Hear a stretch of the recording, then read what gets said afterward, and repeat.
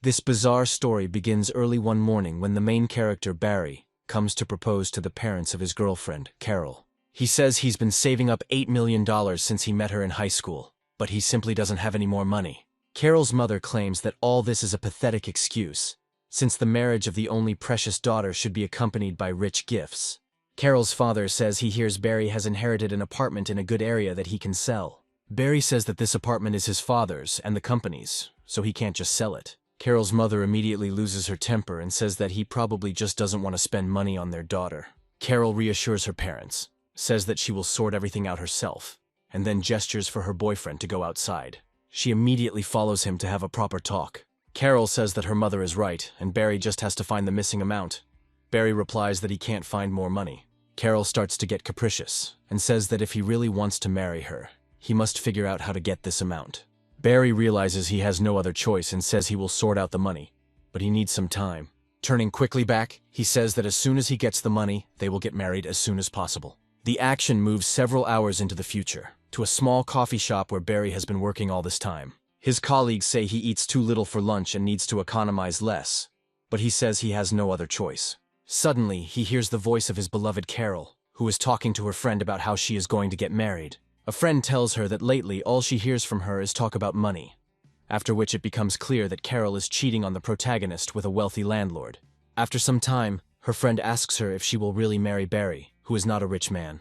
Carol says she has no other choice, because she found out she was pregnant a few days ago, and therefore has to get married as soon as possible. She also adds that she can get rid of Barry quite quickly with the help of a property agreement. The protagonist realizes that his heart is completely broken, while Carol tries to call him over, not realizing who is standing in front of her. Barry tries to escape to the staff room, while Carol again begins to act up and insult a man she doesn't even recognize. Finally, she says that she will complain to the manager about such a pathetic establishment. Barry quickly runs out into the hallway and then ends up in the staff room to catch his breath. Emotions from what is happening overwhelm him, and he understands that all this time he has been dating an extremely mercantile person. He is suddenly interrupted by a phone call from his mother, asking if he can pick up his sister from the airport. Barry says that his shift is just ending, then takes off his apron and washes himself thoroughly before heading to the airport. In the office shower, he is overcome with emotion again, and he realizes that he is becoming too sad about what is happening. In a rage, he says that his girlfriend only thinks about money and doesn't care about anything else in this world. Suddenly he hears a system notification that it is changing the global economy, reducing the value of money to 1/1,000,000th of its current value. The system also reports that the money Barry currently has remains unchanged, but he chalks this up to stress-induced hallucinations. Without thinking twice, he gets dressed and goes to the bus stop to catch a suitable route. Once inside, he asks the driver how much a one-way ticket to the airport costs. To his surprise, people start laughing and say that such stories are best left for bedtime stories. One of the passengers says that cash yen will only be used for the bus in a parallel universe where Barry is president. Barry wonders what's wrong with these people, and why they're so surprised when a bus ticket costs just over 1,000 yen. Without attaching much importance to these words, he turns to the driver and asks again how much the fare is. One of the passengers says that even if Barry sold his body, he would not earn even a single yen. Barry asks the impudent man what the hell is going on, adding that he was just asking the price of the ticket. He also claims that he has about 200 yen with him, but people don't believe him and say that it's a lot of money. One cheeky passenger says he's accidentally getting on the bus today so he can pay for Barry. Barry quickly looks around and discovers that there are no cameras here, meaning this isn't a prank. The driver urges him on, telling him that he must either pay the fare or get out of here so as not to delay the route. Barry, without thinking twice, takes out a 100 yen coin and says that he has 2 of them. When people look at this, they start to get incredibly shocked because they haven't seen such large coins for a long time. The cheeky passenger says that this simply can't be, because such a guy can't have such a large sum. Barry remembers the strange words of the system that he heard not long ago, and tries to understand.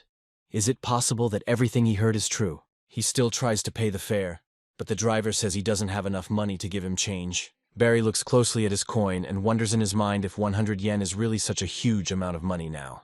Hearing foreign expressions from other passengers, he realizes that they are up to something, so he decides to pretend that he doesn't understand anything and just leaves. Not wanting to waste time, he jumps out of the bus to try to figure out what's going on. In the app, he finds that a single phone costs only 1 sen, and an expensive Rolex watch costs no more than 1 yen. The thought of what will happen to the 10,000 bills he receives as a salary frightens him, because they may become worthless. In order to provide himself with at least some financial security, Barry decides to turn to a bank. After spending some time in the department, he finally hears his number and goes to the third window. After greeting the employee, he says that he would like to make a deposit, and the girl asks him how much he would like to contribute. Barry says he would like to deposit 100,000 yen into the bank, adding that he wants to connect to internet banking and mobile payments. The bank employee says that this is too big a sum for her to handle on her own, adding that she will call the manager. After some time, they put these bills on a special machine that counts the money, and discover that Barry did not lie. Barry, meanwhile, receives a system notification that such large sums of money in this world are now subject to counterfeit checks. After some time, he goes to the VIP lounge to carry out the final checks. Barry asks the employee if they have completed the procedure, to which the girl replies that they have confirmed his deposits. The employee also asks him if he would like to deposit the entire amount right now. Barry says he would like to keep about 3 yen for himself to provide himself with a little pocket money. A moment later, the door to the area quickly opens and several people enter. One of these people is Carol, who tells her new beau that she did everything as he said and got Barry to marry her. Without hiding the joy in her eyes, she says that she is now almost a married woman. Her suitor says that there is a certain charm in stealing someone else's woman, and he really likes it. Barry watches this little scene and says that he never suspected her of something so shameful. Carol looks at the main character in surprise and asks him if he really came here to take out a loan, but Barry declares that he will never marry her. Carol says that for a beautiful girl like her, having a lover is a completely normal state of affairs. Barry says that Carol turned out to be the most terrible woman he has ever known. A bank employee stops him and tells him that the branch manager would like to meet him in person. Carol's boyfriend says that this guy insulted his beloved girl, and therefore he should apologize to him. Barry says that he does not support such an attitude towards himself, and states that he is not against a fight, but it will end badly for his opponent. His opponent says that he is the president of a large company and is a very rich man. He also claims that if he wants, he can block all the bank's operations with a snap of his fingers. Security arrives at the sounds of the argument, and Carol's suitor declares that there is a man here who does not belong in the VIP lounge and needs to be thrown out. The guards tell them that this man is now one of the most important investors among all the others. The bank manager also enters the room and apologizes to Barry, adding that he was in a hurry to return from a director's meeting. He also states that Barry has deposited a significant amount of money into the bank, and so they will immediately issue him a black diamond card. Carol and her boyfriend question the authenticity of this money, and say that this boy simply cannot have such a large sum. The manager gets very angry when he hears this, and says that he will not tolerate insults towards his employees and their banknote checking skills. The businessman understands that things are going badly, and immediately apologizes to the manager, saying that he is very sorry about what he said. Carol also makes a naive attempt to win back the protagonist's favor by saying that she couldn't believe that he would side with the old man. Barry pushes the materialistic woman away and asks the manager to get these people out of here immediately. The manager says that he will immediately fulfill this request and orders the guards to throw these people away. After some time, Barry gets to the airport, despite the fact that the visit to the bank took him more time than he planned. Barry guesses that his sister has probably already arrived and expresses hope that she is not tired of waiting for him. A few moments later, he feels the soft touch of a woman's hand and hears his sister's voice asking him why it took him so long.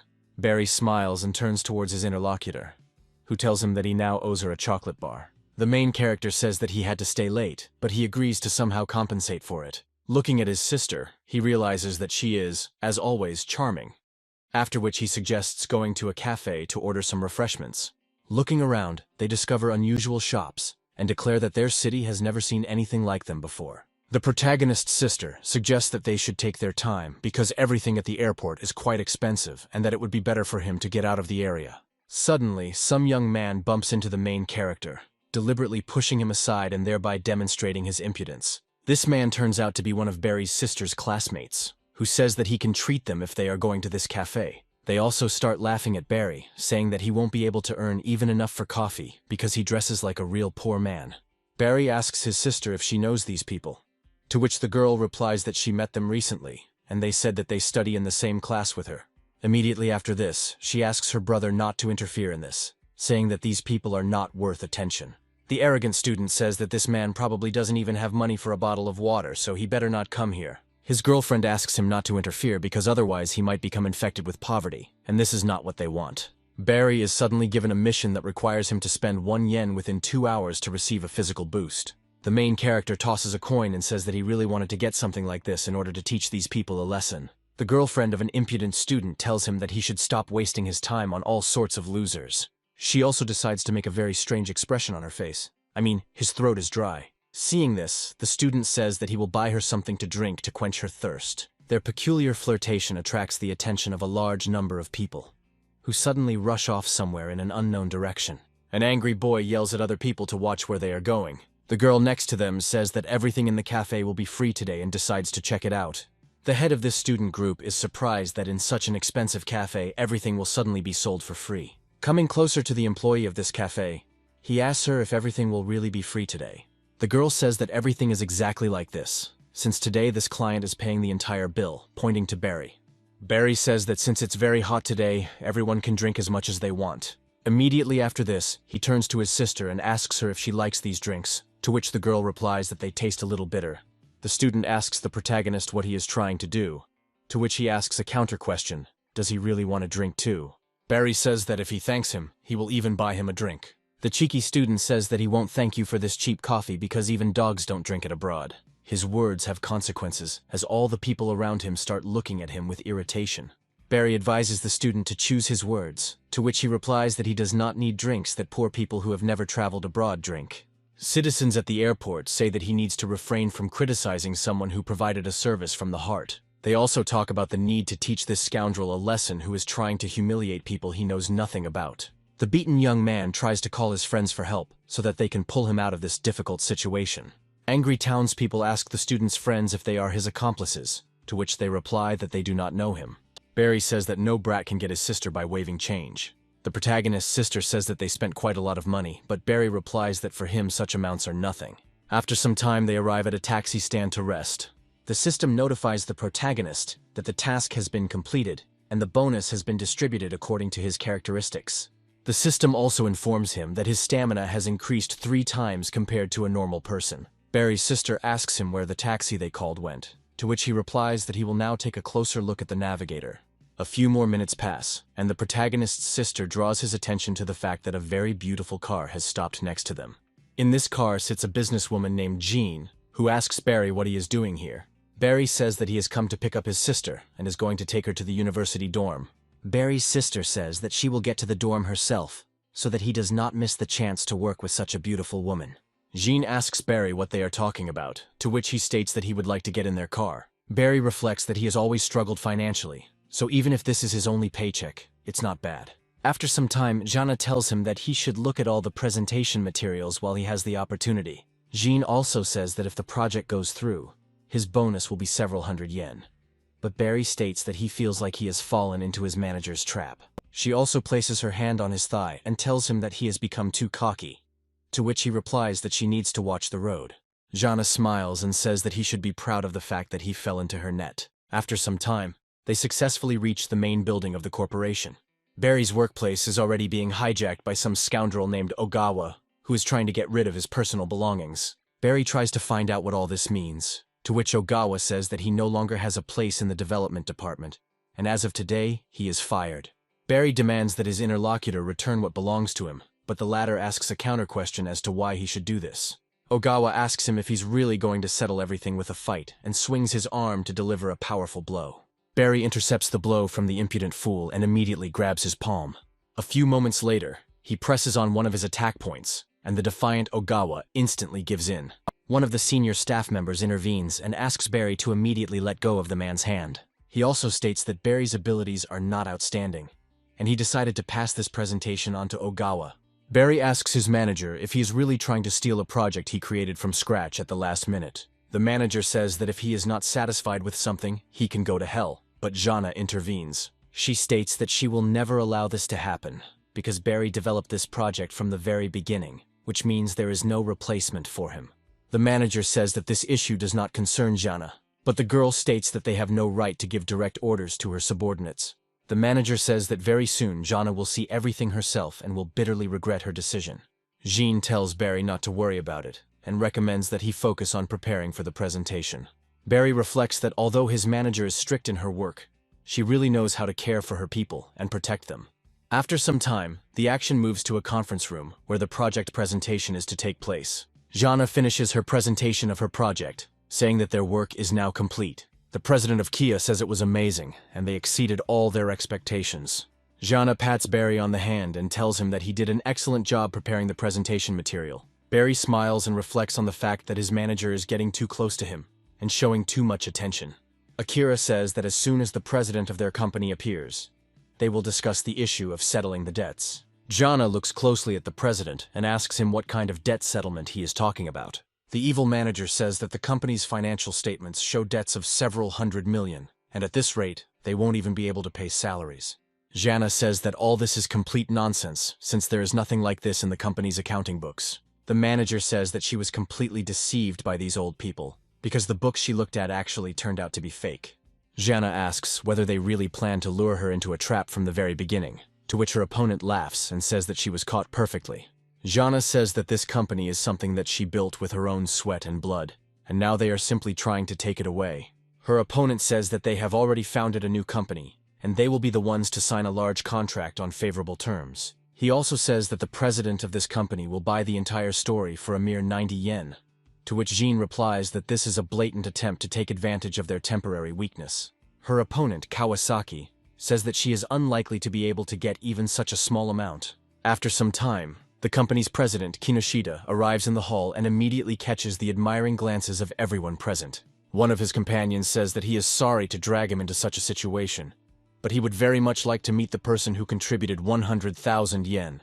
A few moments later, the branch manager, who had met Barry earlier, looks at him and asks what he is doing there. His colleague wonders in surprise if this is the man they were told about, to which Barry nods. Kinoshita introduces himself with respect and says that it is a great honor for him to meet Barry in this place.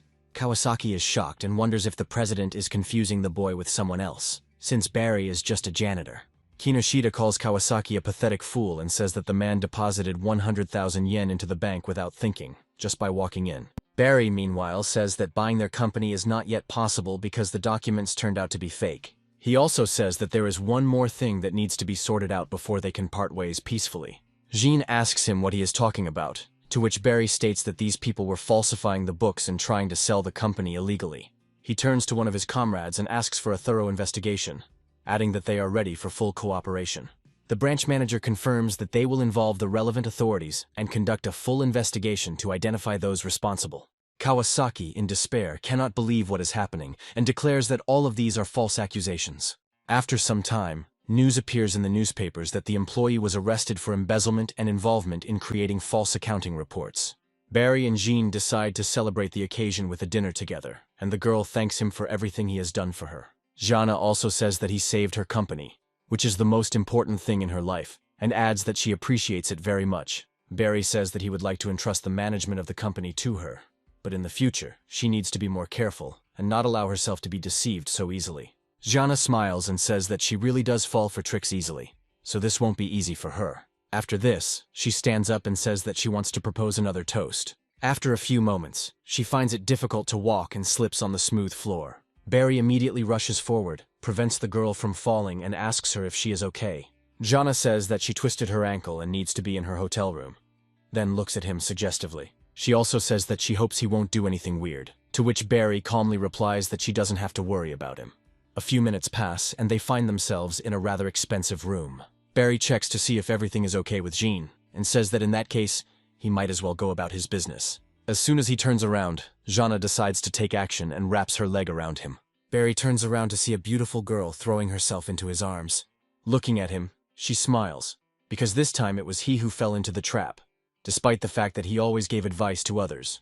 Barry decides to play along with his partner and rushes to the bed to carefully lay her there. A moment later, he says he will kiss her to celebrate the great victory in the corporate race. Several hours pass and Jean smiles and says that she still can't believe that Barry fell for her trick. She also asks him what kind of person he is if he could do such grueling things for 6 hours without stopping.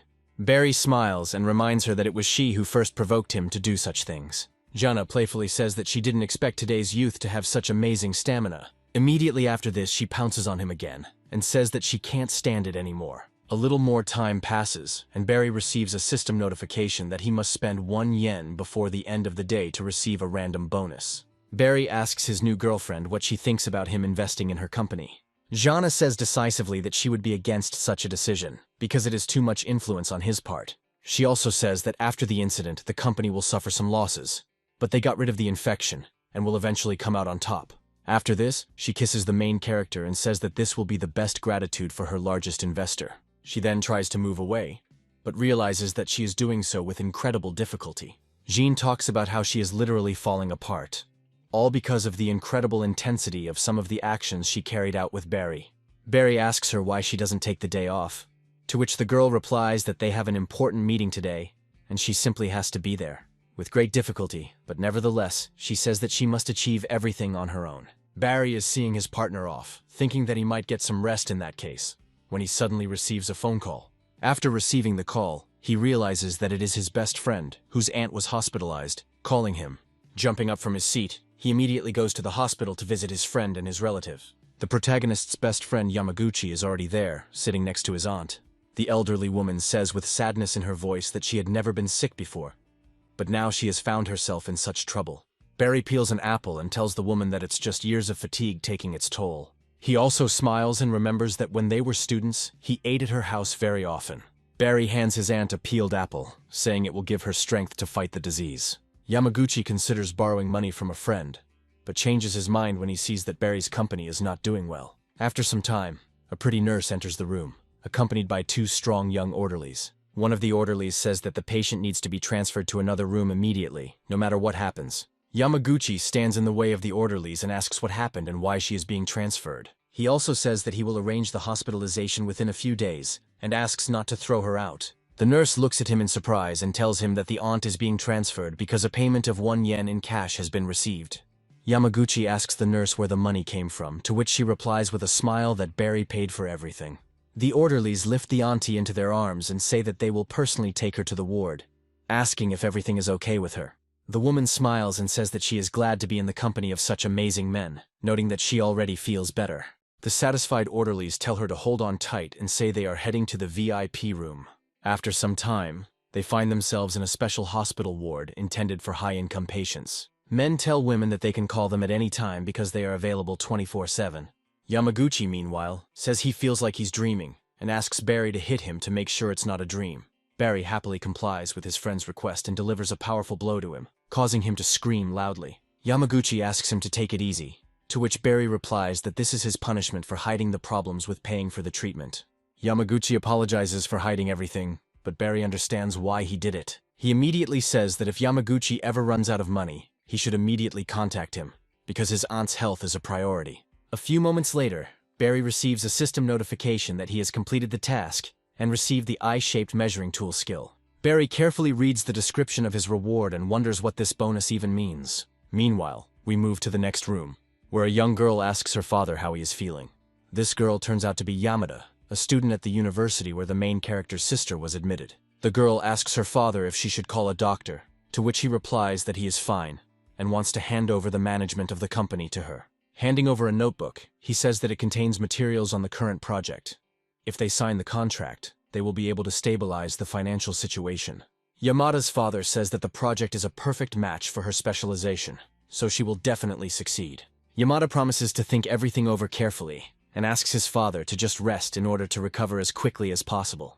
After finishing visiting her father, she leaves the hospital, thinking that if she hurries, she will surely make it in time for the lecture. On her way, she meets a strange grandmother who declares that the girl was brought here on purpose, because she is a real daughter of money. Without thinking twice, the girl heads towards her, unaware that a strange scene is being prepared. Finding herself a few steps away from Yamada, the elderly woman suddenly loses her balance and begins to fall. Grabbing Yamada's leg, she begins to wail and says that young people should watch where they are going. Yamada is confused by the situation and wonders if she really did crash into her grandmother, when suddenly two men claim that they saw everything. One of them approaches the woman and says that the girl is behaving very indecently, and they will contact her educational institution. Barry arrives in time and supports the girl, preventing her from falling, asking if she is okay. He repeats the question when suddenly his system notifies him that the eye measurement result is F36. Barry is trying to figure out what this index means because he is usually used to measuring breast sizes in completely different categories. Meanwhile, the old woman continues her hysteria, claiming that the student hit her without even looking at her. Confused, Yamada says that perhaps she was just in too much of a hurry and accidentally hit the woman. Barry stops her and tells her that if she admits guilt, she will fall into these people's trap. He reflects on how he's been watching what's happening all this time, with his skill working in the background. Barry explains that when Yamada passed just 3 centimeters from her grandmother, she would deliberately lean forward to get closer. He also reports that there were people with cameras standing behind him, filming the moment to later use as evidence. Barry adds that it was an ideal location for filming, as it allowed all the flaws in the staging to be hidden. Yamada asks Barry if he is really telling the truth, to which he smirks and admits that he made it all up. He also adds that these people look like a real film crew and wonders if she's been running away from someone recently. Yamada thinks for a moment, then turns to the strange grandmother and firmly says that she definitely didn't hurt her. The woman, weakly playing the victim, asks if she is sure, since she is supposedly facing surgery. But then Barry subtly hints that the hospital, by the way, is full of cameras.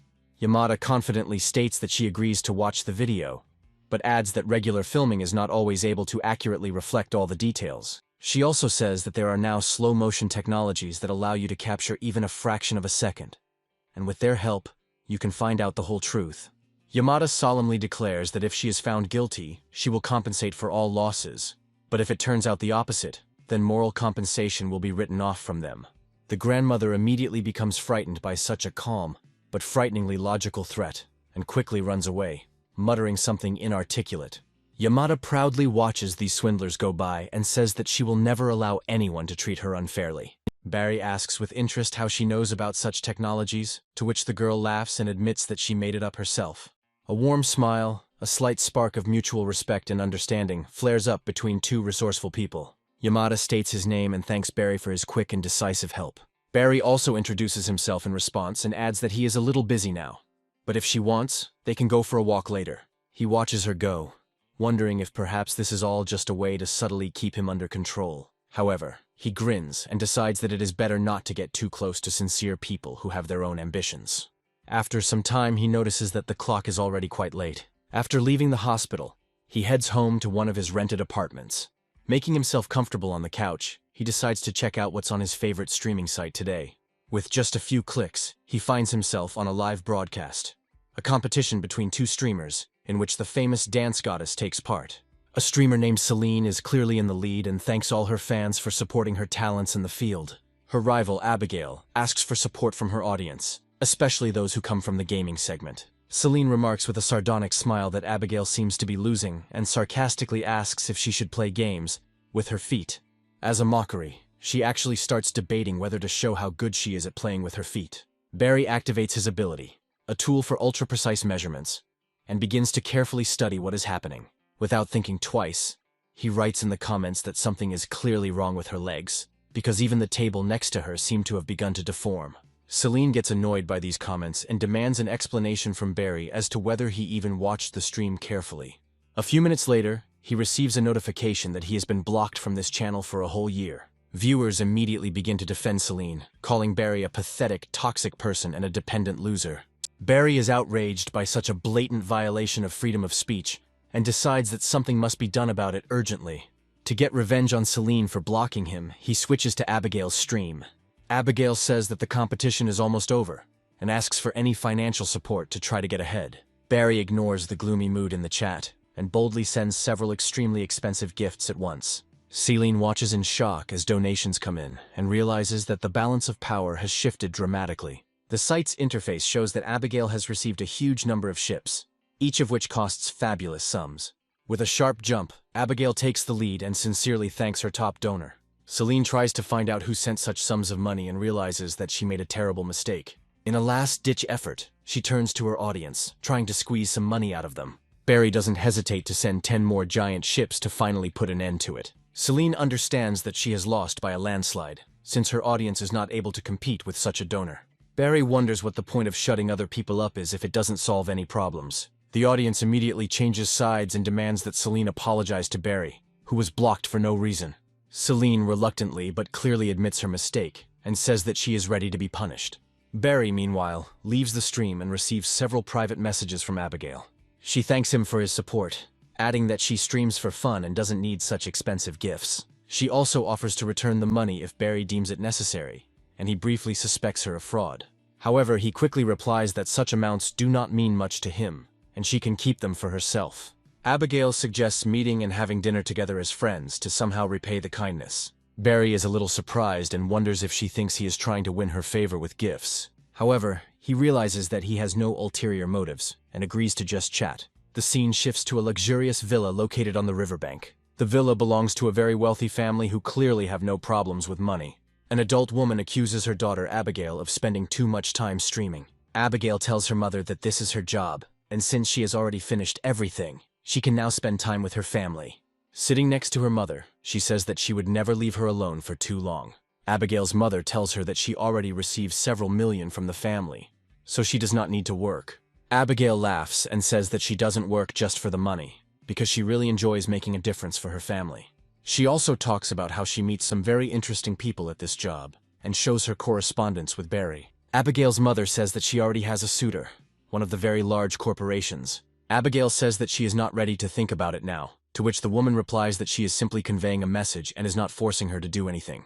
Meanwhile, the scene moves to the city at night, where Barry decides to go outside to breathe the night air. While walking around the city, he realizes that he is a little hungry and decides to drop in to see his friend at a diner. He understands that there is nothing tastier than fried kebabs and lots of beer.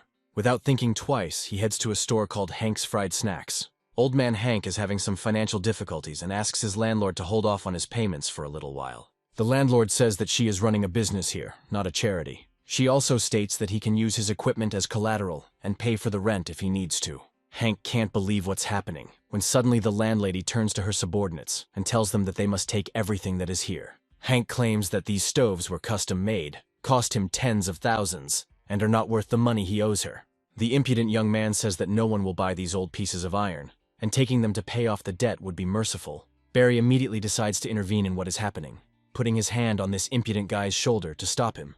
The angry man turns to the protagonist and asks him what the hell he is doing here, but quickly realizes that he cannot move. Barry asks the landlady how much Hank owes her, adding that he will pay for everything. The landlady looks at him skeptically and tries to find out if this boy is joking when he says he can pay the entire debt. After thinking for a bit, she says that she won't agree to this, even if he actually pays. The woman also says that at one time, out of the kindness of her heart, she agreed to rent the store to this old man at a low rent. From her point of view, this area is now about to become a busy shopping street, and therefore she cannot maintain the price at the previous level.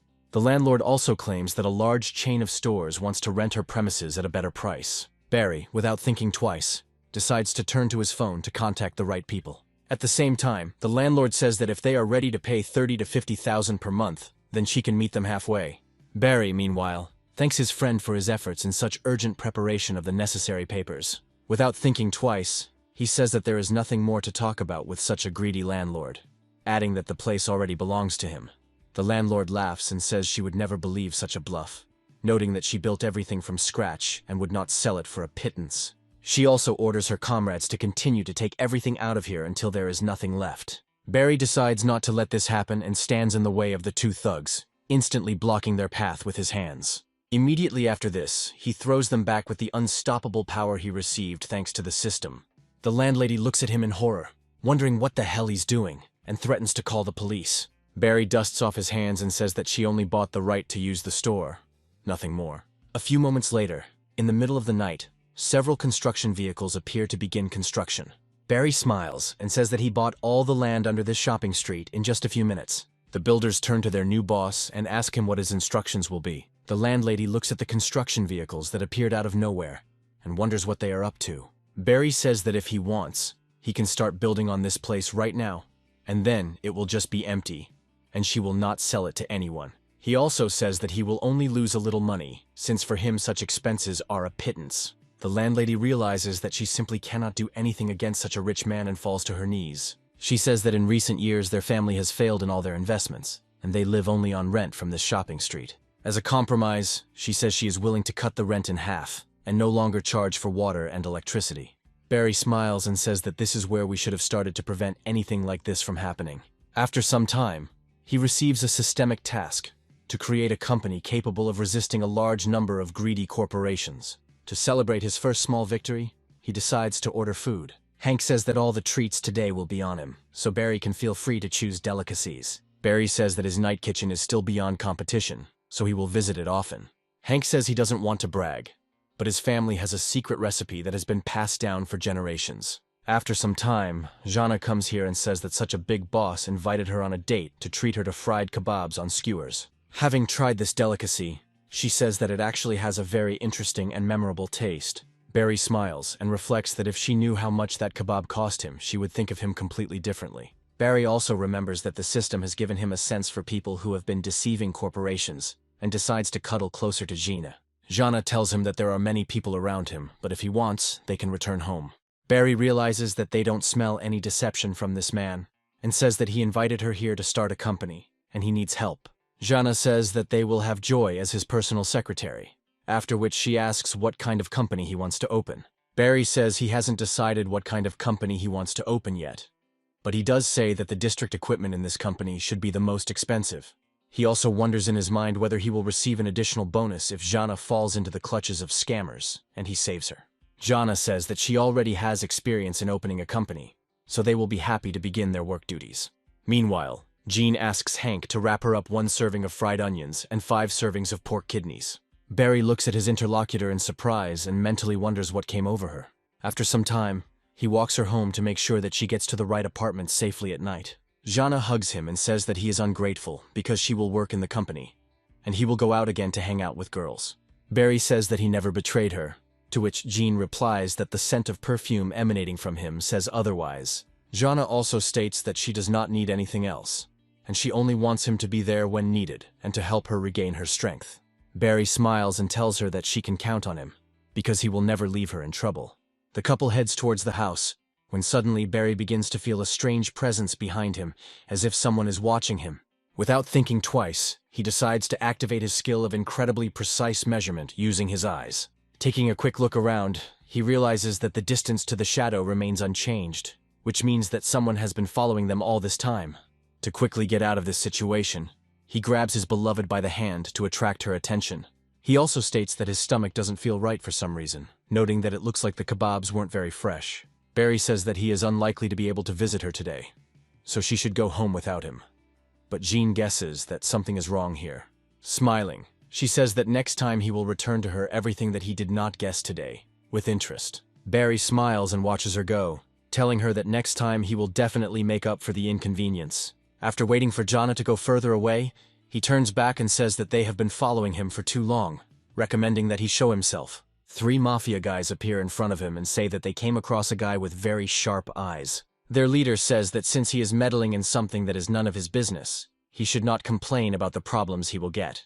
With these words, 2 of the bandits' henchmen take baseball bats from behind their backs to beat up the main character. Barry waits for them to get close to him, then masterfully wriggles out of it with a feat of human agility. The next blow, which should have broken his jaw, he easily stops with his hand. Barry also notes the incredible strength of these criminals, realizing that even after improving his stamina, he can barely keep up with them. He immediately turns around and says that perhaps there was a misunderstanding here, since there is no need to immediately get into a fight. Taking out a wad of money, he says that he can resolve this issue more peacefully, so that there is no need to use violence. In response, the mobster swings his knife, quickly knocking the wad of money out of Barry's hands. He says that Barry didn't understand who he was dealing with because money wouldn't help him. He immediately rushes forward and says that he must remember for the future, so as not to poke his nose into other people's business. Suddenly, an elderly woman appears behind him, puts her hand on his shoulder and compliments his muscles. Along with this woman, a large number of other old men appear, who say that they heard that filming was taking place nearby, and they are recruiting extras. Jana waves a wad of money and says that she is very grateful to these old men, declaring that she will pay each of them $200. Barry looks at his beloved in surprise, and cannot believe that she came to his aid in such a difficult situation. Jana laughs and says that she can't be fooled so easily, since she has seen much more than he has. The elderly extras nearby say that they are now playing at 100%, which is why they are interfering with the situation that has arisen. Barry laughs and says that money may not be able to summon ghosts, but it can bring the toughest fighters around the circle. One of the bandits turns to the elderly woman, saying that she reminds him very much of his dear grandmother. The leader of the bandits understands that he won't be able to cope together, and orders his comrades to quickly get out of here. The old men look at Jana in surprise and ask her why the main actors left the set if filming has not yet ended. Barry, through the eyes of these people, tries to understand who is behind these bandits and why they are following them. After some time, the action moves to a bank branch that Barry recently visited. A girl named Stella comes inside, mentally complaining that she really wants to sleep. A few moments later, one of the men calls out to her and asks her why she allows herself to behave so lowly. He tells her that she works in a bank, which means her appearance and behavior are the face of this establishment. The man says that service is a serious matter, while his colleague says that these young people have no fighting spirit at all. Stella wipes her face with a handkerchief in surprise and wonders who all these people are and what they are doing here. The branch manager also appears on the scene, looking around and wondering how they all managed to get together so quickly. Stella looks at her boss with slight bewilderment and asks him what exactly is going on here, to which he calmly states that he is now going to introduce her to these people. With these words, the branch manager says that the director of the development bank was there, and next to him was the head of the Chinese branch of Morgan Bank. Stella quickly realizes that these are some real big shots from the financial world, and wonders how they got here in the first place. The branch manager says that it is not appropriate for such respected people to stand at the door, and suggests that they go to the VIP lounge so that they can properly relax. His interlocutors immediately declare that they will not go anywhere until they meet Barry and have a proper talk with him. Stella looks at these people carefully, realizing that they came here specifically to talk to her recent client. Meanwhile, one financial sector official says they can also help with monitoring and training staff, which he says is very expensive. Stella bows respectfully before them, and the branch manager adds that this girl is his deputy. A male guest does not understand how this is even possible, and initially accuses the branch manager of abuse of office. The branch manager sharply replies that this is complete nonsense, and that the accusations seem offensive to him, but his interlocutors demand an explanation from him. At this point, Stella receives a call from Barry and asks him if he wants to make another huge deposit. The financial bigwigs nearby are surprised by such an impressive sum and understand that we are talking about that very Barry. The branch manager explains that when Barry first came to them, it was Stella who worked with him, and that is why she became the deputy director. The branch managers quickly change their mood and begin to praise Stella, stating that she is the pride of the financial sector. After some time, the action moves to Barry's rented apartment, who asks Stella to come to him in person. As soon as the girl gets to him, she decides to stop for a bit to catch her breath after the journey. Barry thanks her for her efforts and immediately hands her a bottle of water so she can refresh herself. Stella smiles and says that it is her duty to protect the privacy of her most important client. The girl reflects on the fact that she changed 3 cars and walked through 4 streets to break away from these financial tycoons. Barry notes that he didn't expect so many people to be following him, but yesterday's mafia members clearly have nothing to do with the financial crowd. He remembers the bandit leader's words about him meddling in something that wasn't his business, and wonders if he's talking about that small-time streamer. A few moments later, his phone starts buzzing annoyingly, and the protagonist realizes that he has received a message. Taking out his phone, he finds a message from Abigail, who says that she will be waiting for him at the restaurant at 6 p.m.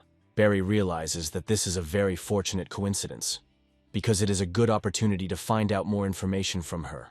A few more hours pass, and he shows up at the restaurant to have dinner with Abigail. At the entrance, a waiter is waiting for him and asks whether he is looking for someone or just going to have dinner.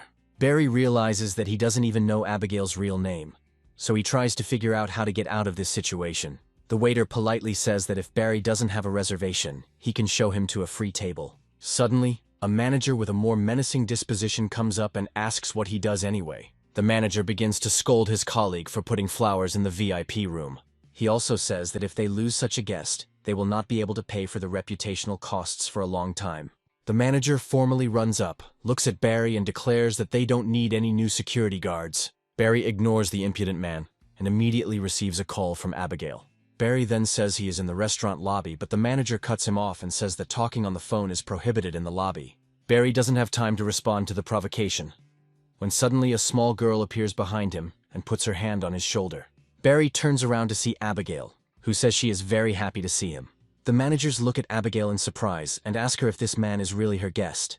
Barry confirms that he is a guest and did not come here to get a job as a security guard. The manager tries to apologize, saying that he did not recognize him as a worthy person. Barry muses that the man is too obnoxious to see anyone more worthy, but decides not to deal with him. Abigail says she didn't expect Barry to like playing tricks and pretending to be a security guard, and then goes on with him. As soon as they sit down at the table, the manager accompanies them and tells them that the lilies she loves are already prepared. He also asks which minion Abigail prefers, after which she asks the protagonist what he would like to order. Abigail refers to Barry by his nickname, adding that she finds it much more fun than using his real name.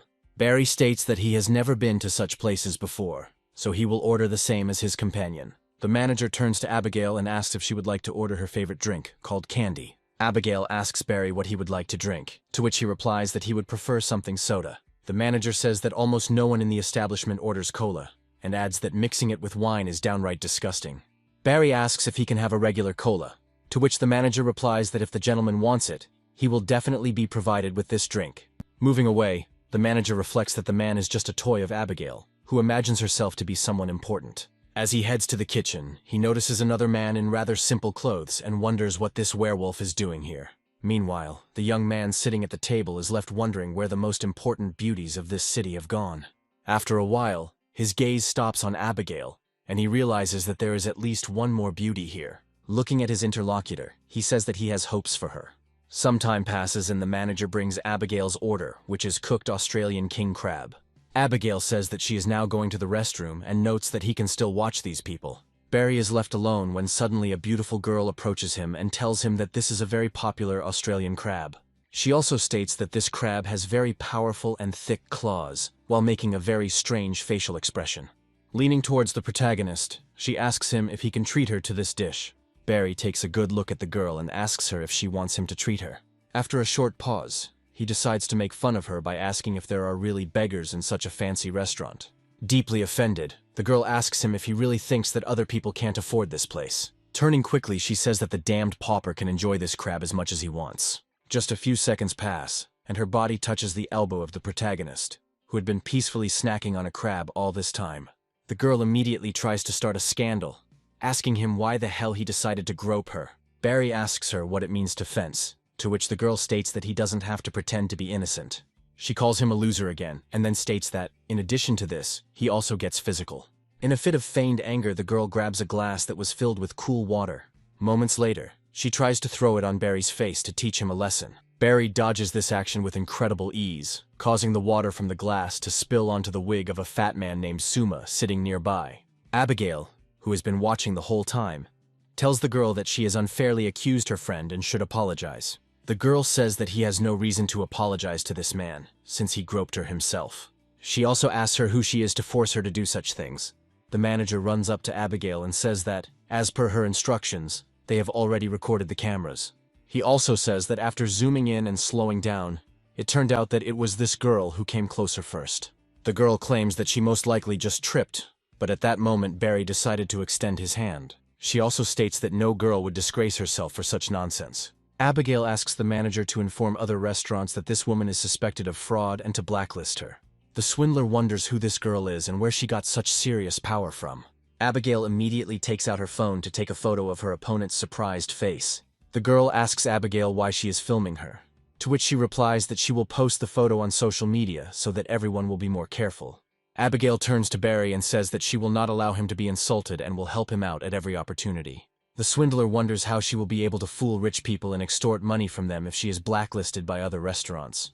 A young man intervenes in the matter, saying that his girlfriend had overdone it with alcohol, and in that case there's no need to notify her. The swindler looks at her escort, Mr. Frank, but he advises her to apologize to the two and leave immediately. The scammer quickly bows to apologize to the protagonist and Abigail, who do not deign to respond to her. Abigail asks Frank who he is, to which he replies that he is new here, so it is not surprising that no one knows him. Frank also offers to buy them dinner as an apology, to which Barry replies that he wouldn't mind it. Abigail looks at Frank with a smirk and asks if they can order anything to gain his forgiveness. Frank smiles and says that they can choose whatever they want, while catching strange looks from Barry. After a while, the manager brings a glass with a bottle of very good wine for Barry and Abigail to drink. Frank reflects that his plan was a bit convoluted, but in the end it worked. He also understands that the rich handsome man treating her to a fancy dinner, and the poor man sitting opposite her, will clearly leave this girl no room for choice. Frank reflects on how straightforward girls immediately jump into his arms, while shy girls, after pulling a couple of times, also eventually agree. Abigail laughs and suggests that Barry take a walk along the embankment, completely ignoring Frank's existence. Frank mentally laments this turn of events and tries to understand why Abigail didn't even say goodbye to him after that. And after thinking for a long time, he blocks the way for Barry and Abigail, saying that he would also like to walk with them.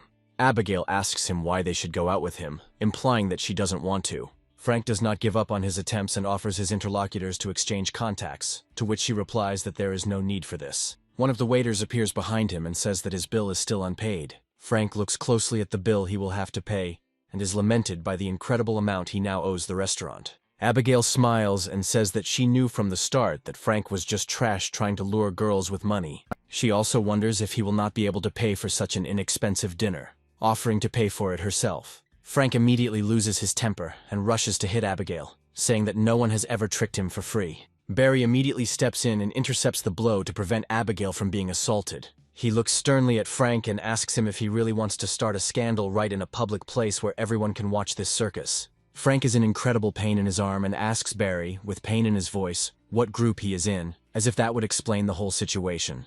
Barry looks at Frank sullenly and states that he doesn't deal with any groups, because he himself is a separate story. Frank says that in this situation, Barry is the main obstacle, but if he dares to stick his nose into the South District, he will regret this decision much more than he thinks. Abigail doesn't pay any attention to these threats and advises Barry not to waste his time on this poor guy because he's not worth the attention. After some time, several very expensive cars drive up to the restaurant, from which people in expensive suits and with an important look get out. Barry is met by one of the high-ranking financial officials, who happily announces that they have finally arrived at the location. This man turns out to be the head of one of the banks that operates in the southern region, and his reputation immediately makes everyone wary. Abigail looks at him in surprise and realizes that she knows this man from her previous affairs or meetings. Frank, who is also watching the proceedings closely, wonders what the head of the Southern District Development Bank is doing here and why he personally came here. The head of the Southern Bank hurries up the stairs to meet with Barry as soon as possible and discuss important matters. He shakes Barry's hand with great respect and says that they finally have the opportunity to meet in person, without intermediaries. After this, he introduces himself formally, but his colleagues follow him, who also want to personally communicate with Barry and discuss prospects. Frank is surprised to see that half of the financial elite of the South Side has come to see Barry personally, as if he were some kind of king of the world. Frank watches the main character closely and wonders who he is, and why he has so much influence that the entire elite is on their feet. Barry listens to these people's business proposals and then says that he has one condition, without which the conversations are meaningless. Taking a small coin out of his pocket, he says that whoever finds out who attacked him last night will get his next investment. A challenge of sorts. The financial bigwigs smile and say they are always happy with fair competition, after which Barry tells them to expect news from him soon. Immediately after this, they turn around and head to their expensive cars, preparing to leave for their headquarters as quickly as possible and start work. Abigail muses to herself that they are apparently already being followed because of her social media posts, and decides that she will delete all information now. Barry reassures her that she shouldn't worry, because sooner or later they would have encountered this system anyway. At this point, Frank appears out of nowhere and orders Barry to stop where he is, as if he is the director. Barry looks at him and asks with interest what he wants again, trying to understand what he could have done to bother him so much this time. Frank states that he made a promise to treat Barry to his signature coconut juice, and the time has come to fulfill this sacred duty. Turning to his comrades, he says it's time to act, and everyone starts taking out bottles of drink from the inside pockets of their shirts. Barry braces himself for a fight to break out, but the next scene seems so ridiculous to him that he almost laughs. Barry quickly takes a can of coconut juice out of his inside pocket, as if it were his secret weapon. Abigail watches what is happening in amazement, and tries to understand what the hell is going on in this restaurant. Barry and his friends begin to drink the juice so quickly that it starts to spill down their faces, creating an almost comical picture. Immediately after this, smiles appear on their faces, and Barry says that these areas produce the best coconut juice, which is a local delicacy. Barry looks at this situation in surprise and asks what kind of circus he decided to arrange, because this does not look like a fight at all. Frank immediately falls to his knees in front of the protagonist and asks him to officially accept his apology for everything that happened earlier. He also states that he heard that Barry was looking for someone, and adds that he can help with these troops, as he understands the underground. Barry agrees to these terms and says that in this case he will give Frank a small chance to prove himself. After a while, the owner of the establishment approaches them and asks Barry to take part in a survey to evaluate the level of service. The owners ask Barry if he liked the service, or if he has any suggestions to make the restaurant even better. Barry says he has no complaints. On the contrary, he wanted to thank the gym manager for his professionalism and attentiveness. The owners of the establishment look at Barry with confusion, trying to understand what exactly he means with his words. Barry explains that the manager told him that it is customary to serve only premium alcohol to the rich, not just any cola, and this is their signature approach. The owner of the establishment immediately turns to the manager and declares that he is fired, and all the elite restaurants in the city will find out about it. After some time, Barry's sister says goodbye to her older friend and thanks her for the great help she has given her during their acquaintance. This friend turns out to be Yamada, who says that she needs to go the other way, as she has her own affairs and plans. Sister Barry smiles and says that she is very glad to meet such a polite and wise mentor who taught her a lot. At that moment, she remembers Yamada's advice on which books to take and which lectures to attend in order to be at her best. The girl understands that she received this advice from the top-ranked brilliant student and the main beauty of the university. She muses that if she were a guy, she would immediately fall in love with this girl, but then wonders if she has a boyfriend. Unfortunately, her pleasant thoughts are interrupted by the deathly silence that sets in as soon as she enters her room. She looks at her neighbors and asks what they are chatting about, noticing a strange, evil grin on their faces, which is clearly not good. Looking around, she also discovers that her books have been thrown into the trash bin, which leaves her shocked and confused. Barry's sister immediately picks up the books and asks her neighbors why her textbooks ended up in the trash can, because that's too cruel. One of the neighbors replies that she saw the books lying on the floor and thought that she didn't need them, so she decided to get rid of them. Then, the same neighbor asks what happened to her bed, noticing that it is flooded with water, as if someone had caused a flood there. Another neighbor indifferently says that they accidentally spilled water on her and do not understand why she started to quarrel and make a scene because of this. Another girl looks at Barry's sister angrily and asks what's wrong with that, as if it's no big deal and everyone does it. Barry's sister understands that they are deliberately trying to provoke her into conflict, but decides not to succumb to provocations and remain calm. Immediately after this, she stands up, giving everyone her menacing look, while her eyes burn with unwavering determination, and it becomes clear that she has only one way left to resolve this situation. The naive students look at their rival with confusion, and do not suspect for a second what kind of trouble they have gotten themselves into, and that the consequences will be much more serious than they expected. To understand how this all ended, we are transported to the next morning, because Barry was called to the university to investigate the incident. As Barry heads upstairs, he wonders and can't believe that someone else would dare to hurt his little sister, because he's not someone to be trifled with. Without thinking twice, he enters the principal's office and immediately turns to his sister, asking her if she is okay after what happened. Barry's sister turns her gaze to him, calm and confident, which suggests that everything is really fine with her, and she will cope with all the difficulties. As for her rivals, they look as if there is not a single living spot left on them, scared and morally beaten.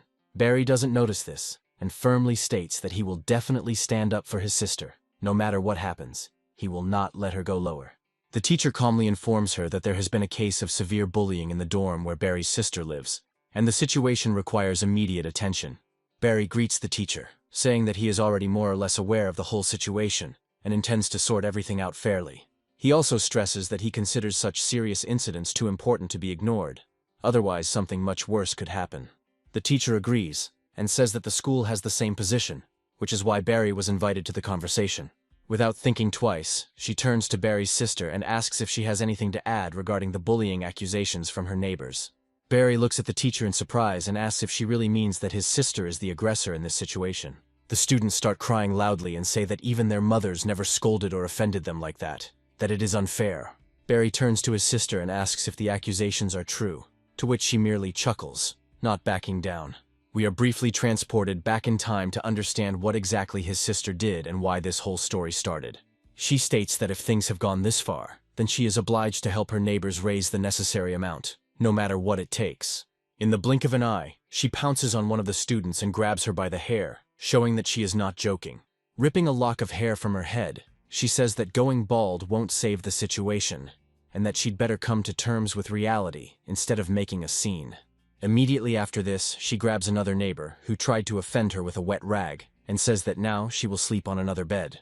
One of the offenders asks the last student standing to stand up for them and rushes into battle, but Barry's sister is a star person, and even in the face of a physically superior opponent, she holds her own confidently and does not allow herself to be broken.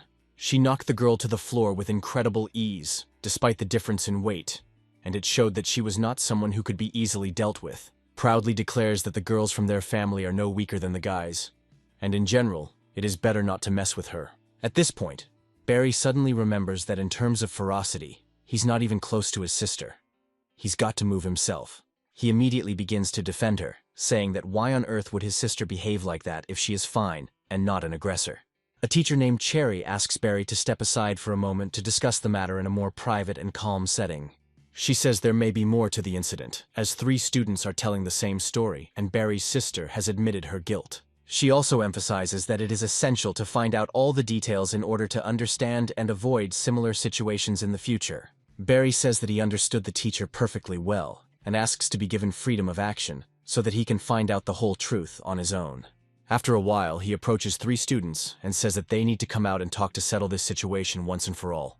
The girls say that the matter is not that simple, and if he wants to resolve everything, he should show a little kindness and sincerity.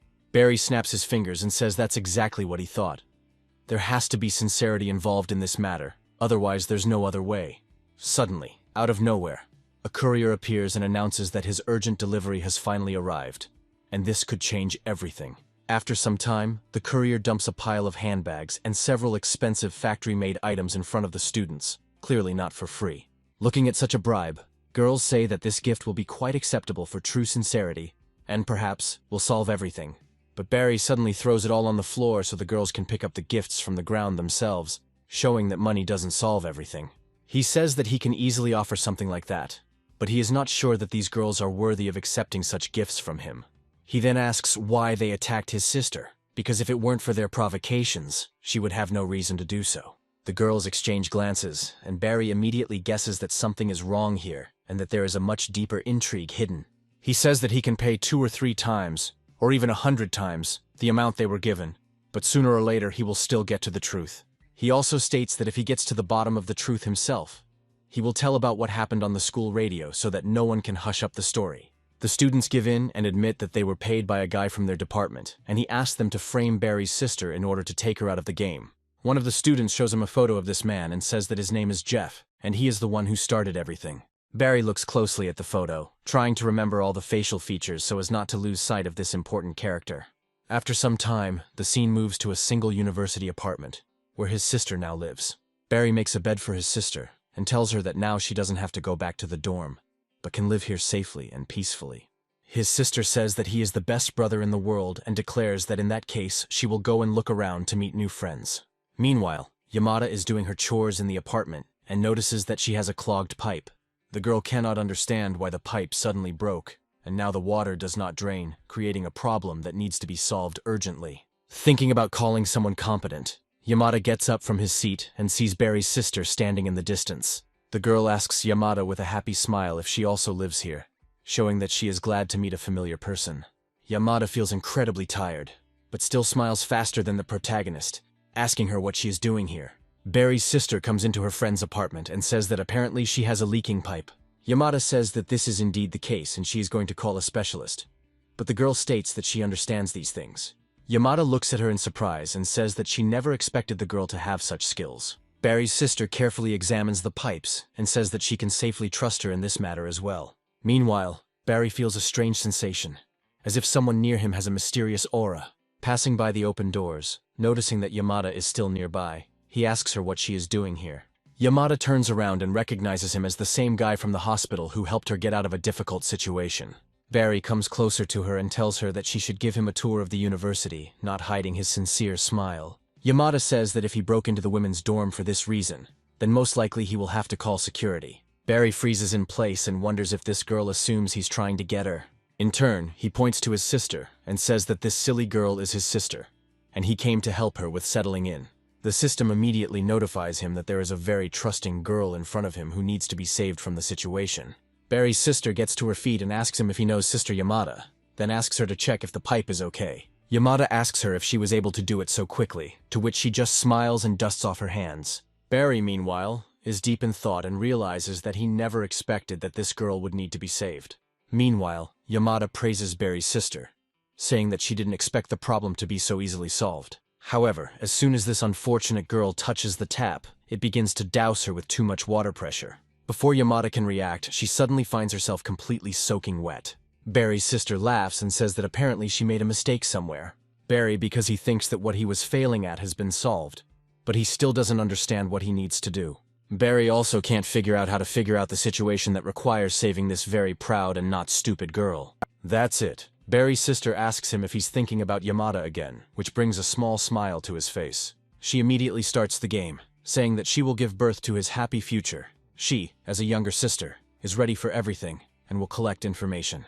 After a while, the door to the apartment opens, and Yamada decides to go in there to talk to Barry's sister. Having completely changed her clothes, she says that if everything is okay, she is ready to go for a walk. Barry's sister asks her if she would like to go for a walk with her alone, adding that she will not be taking her brother with her. Yamada smiles and says that she agrees to such a proposal, adding that she will also show him the best cafeteria nearby. Barry understands that this girl is very cautious, and hopes that his sister will be able to extract the necessary information. He himself decides to take advantage of this moment of peace in order to do the very thing that is of primary importance to him. Instead, the action moves to a highway called Red Mountain, where Barry arrives on instructions from the students who recently attacked his sister. Having called one of them, he asks her if he is really in the right place. The girl answers him sincerely, because she found out everything from a reliable source, and Jeff is definitely here. Barry looks around carefully, spotting his target. He says that this time he forgives them, adding that he does not want something like this to happen again. The students thank him for forgiving them, adding that they no longer have any motivation to work with this man. Barry goes forward, but is stopped by a security guard who says that entry is prohibited. Barry asks him why he can't go in there, to which he replies that this entrance is for race participants only. Barry looks around for a possible solution to his problem. He looks at the nearby mopeds and asks him who they belong to which the guard replies that it is his work vehicle. Barry, without further ado, hands the man a stack of very large bills and tells him that he is buying this vehicle. The security guard looks at the gigantic sum, realizing that he has never seen such figures in his entire life. Meanwhile, Barry gets on a decrepit motorcycle and says that the equipment on this vehicle is actually quite good. Meanwhile, several drivers appear on the track, praising each other's cars as they prepare to be resurrected in the competition. One of them says that Jeff clearly invested a lot of money in this car in the hopes of winning. Jeff smiles and says that he just modified this car and installed original parts from famous brands. He also says that he saved up for all this for several months, and now he can finally take this car out on the track. After a while, he turns around and sees a man on a motorcycle rapidly approaching next to him. Barry unmistakably identifies his opponent, and his vehicle rushes forward to take revenge. Once he gets close to him, he jumps into the air in order to crash into his car. Taking careful aim, he lands on the road car, leaving numerous scratches on it and also violently breaking the windshield. Taking off his helmet, he says that if this car falls apart from a head blow, then there is something wrong with its quality. Jeff looks at his face in surprise because he just stopped to wreck his favorite car, which he just finished restoring. Looking at the protagonist, he orders him to get off immediately if he doesn't want to get into trouble. After that, he falls to his knees and says that he didn't even have time to push this car out. Barry smiles and says that he will have no problem paying for the repairs to this car if it is needed. Immediately after this, he grabs Jeff by the collar and says that he will definitely take revenge for what they tried to unite. Jeff looks at him and asks if he is the same jerk from Starbucks. Throwing it aside, Barry says that it was precisely because of this consequence of his actions that his brother suffered, who went abroad. Jeff suggests they have a race, and if he wins, Barry will have to fix his car on his lap. Barry looks at him with a smirk and replies that if he wins, then Jeff will kneel down and beg his sister for forgiveness. Jeff asks the protagonist where his car is, which he will use to participate in the race. Barry points to his electric motorcycle and says the battery is charged and he's ready to go for a ride. Jeff looks at him and asks if he's out of his mind, implying that an electric motorcycle can't be faster than a sports car. However, Barry insists on his own and is preparing to win this race. As soon as the countdown ends, the cars take off, leaving the protagonist far behind. Jeff takes the lead despite his car sustaining minor damage. Feeling the pleasant hum of the engine, he understands that the money invested has clearly paid off, and this car will bring him a fortune. He also looks in the rearview mirror and realizes that he can't just leave this bastard behind. Slowing down a bit, he says that this way Barry won't even see his exhaust, suggesting that they give up right away. Barry continues to ride his electric moped and asks his opponent why he is fussing so much. Immediately after this, he takes out his phone and asks his comrades if everything is ready. Helicopters arrive on the scene and tell him that they are ready to begin the operation. One of the employees throws special thorns onto the asphalt in order to cause a car accident. The unsuspecting racers don't even think about slowing down and rush forward. These thorns are very sharp, so even the thick rubber of a sports car is instantly punctured. The innocent racer somehow miraculously does not lose control completely and does not fall down. Getting out of their cars, they wonder where the thorns came from, trying to understand what happened on the highway. Jeff is glad that his tires have championship durability. Otherwise, he wouldn't be able to control the car. A few more seconds pass and he notices Barry rushing past him at incredible speed. Barry easily navigates around the thorns and realizes that he has thus secured victory in this competition. He says that this is the power of the eternal battles for the road with the couriers, tactfully keeping silent about the fact that he simply cheated in order to win. Jeff, meanwhile, realizes that he can't let this impudent guy win. Catching up with him at full speed, he realizes that this turn is his chance to get ahead. He is preparing to smear his opponent against the wall, just to prevent him from getting ahead. Barry looks at his opponent in surprise and does not understand why he is behaving unsportsmanlike. Jeff angrily says that if Barry does that, it will only make things worse for him, since he has no intention of putting on the brakes.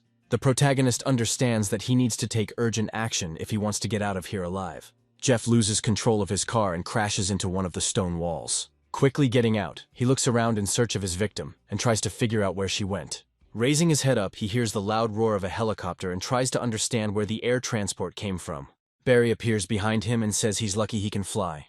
Jeff turns to face his opponent, trying to figure out what the hell is going on as Barry lands softly on his feet. Barry says that he won't get far with that look, and then orders him to get on his knees. Taking out his phone, he says that he will carefully write down an apology for his sister. Jeff says he didn't sign up for this kind of racing, and Barry continues to insist that the competition was fair, and Jeff should be held accountable for his words.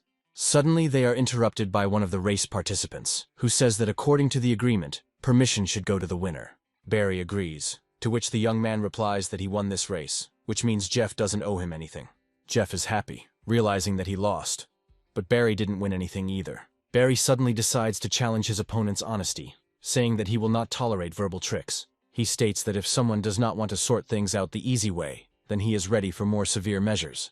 Jeff gets to his feet and prepares to fight his opponent, trying to figure out what he intends to do. Suddenly, he finds himself being quickly approached by Yamada, who clearly does not have the best intentions. She runs up quickly and delivers a powerful slap that causes Jeff to stagger to the side. Yamada says that if his father never beat him, then she makes every effort to raise him to be a normal person.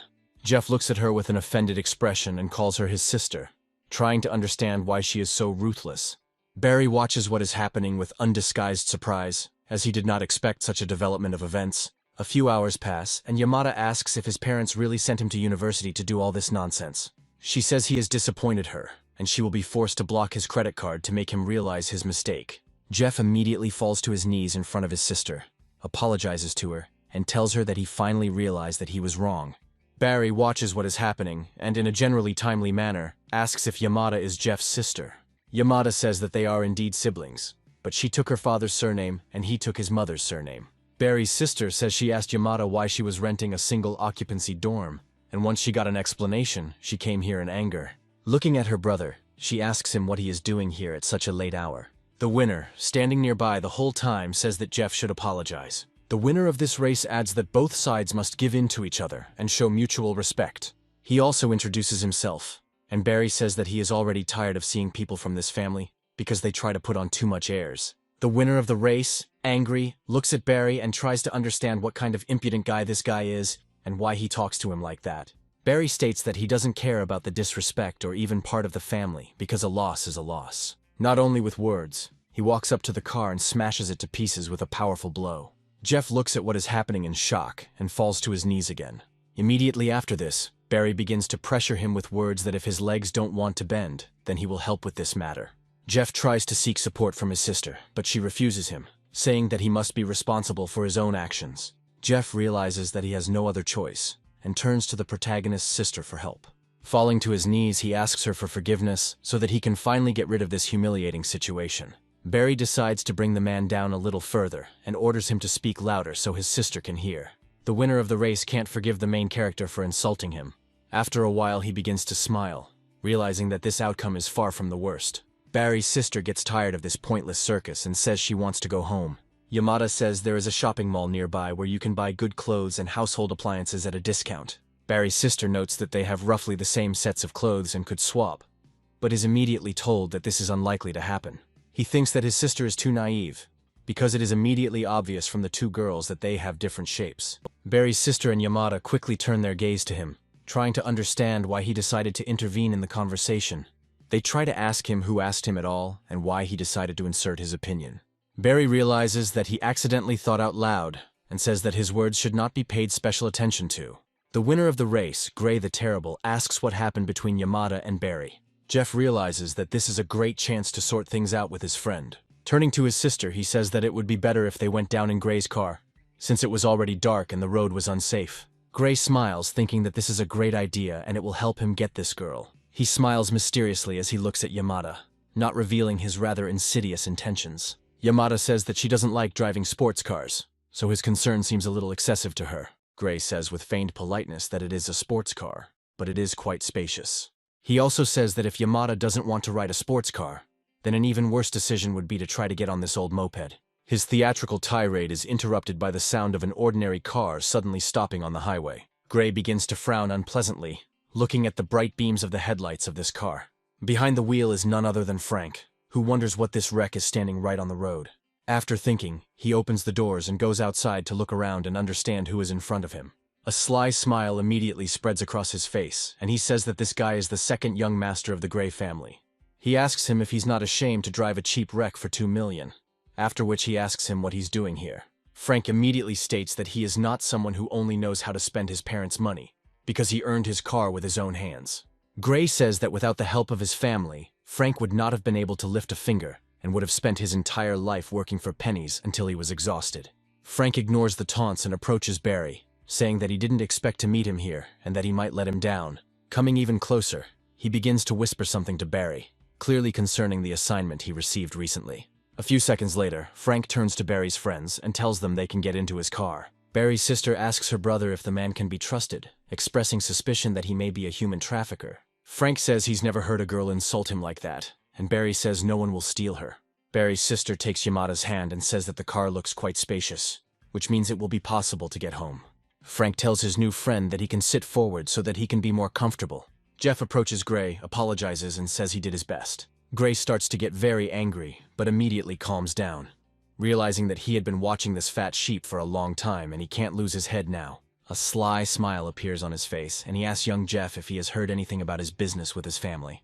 Jeff says he's trying to stay out of it, and Gray says his sister knows, and their father has already handed over control of the company to her.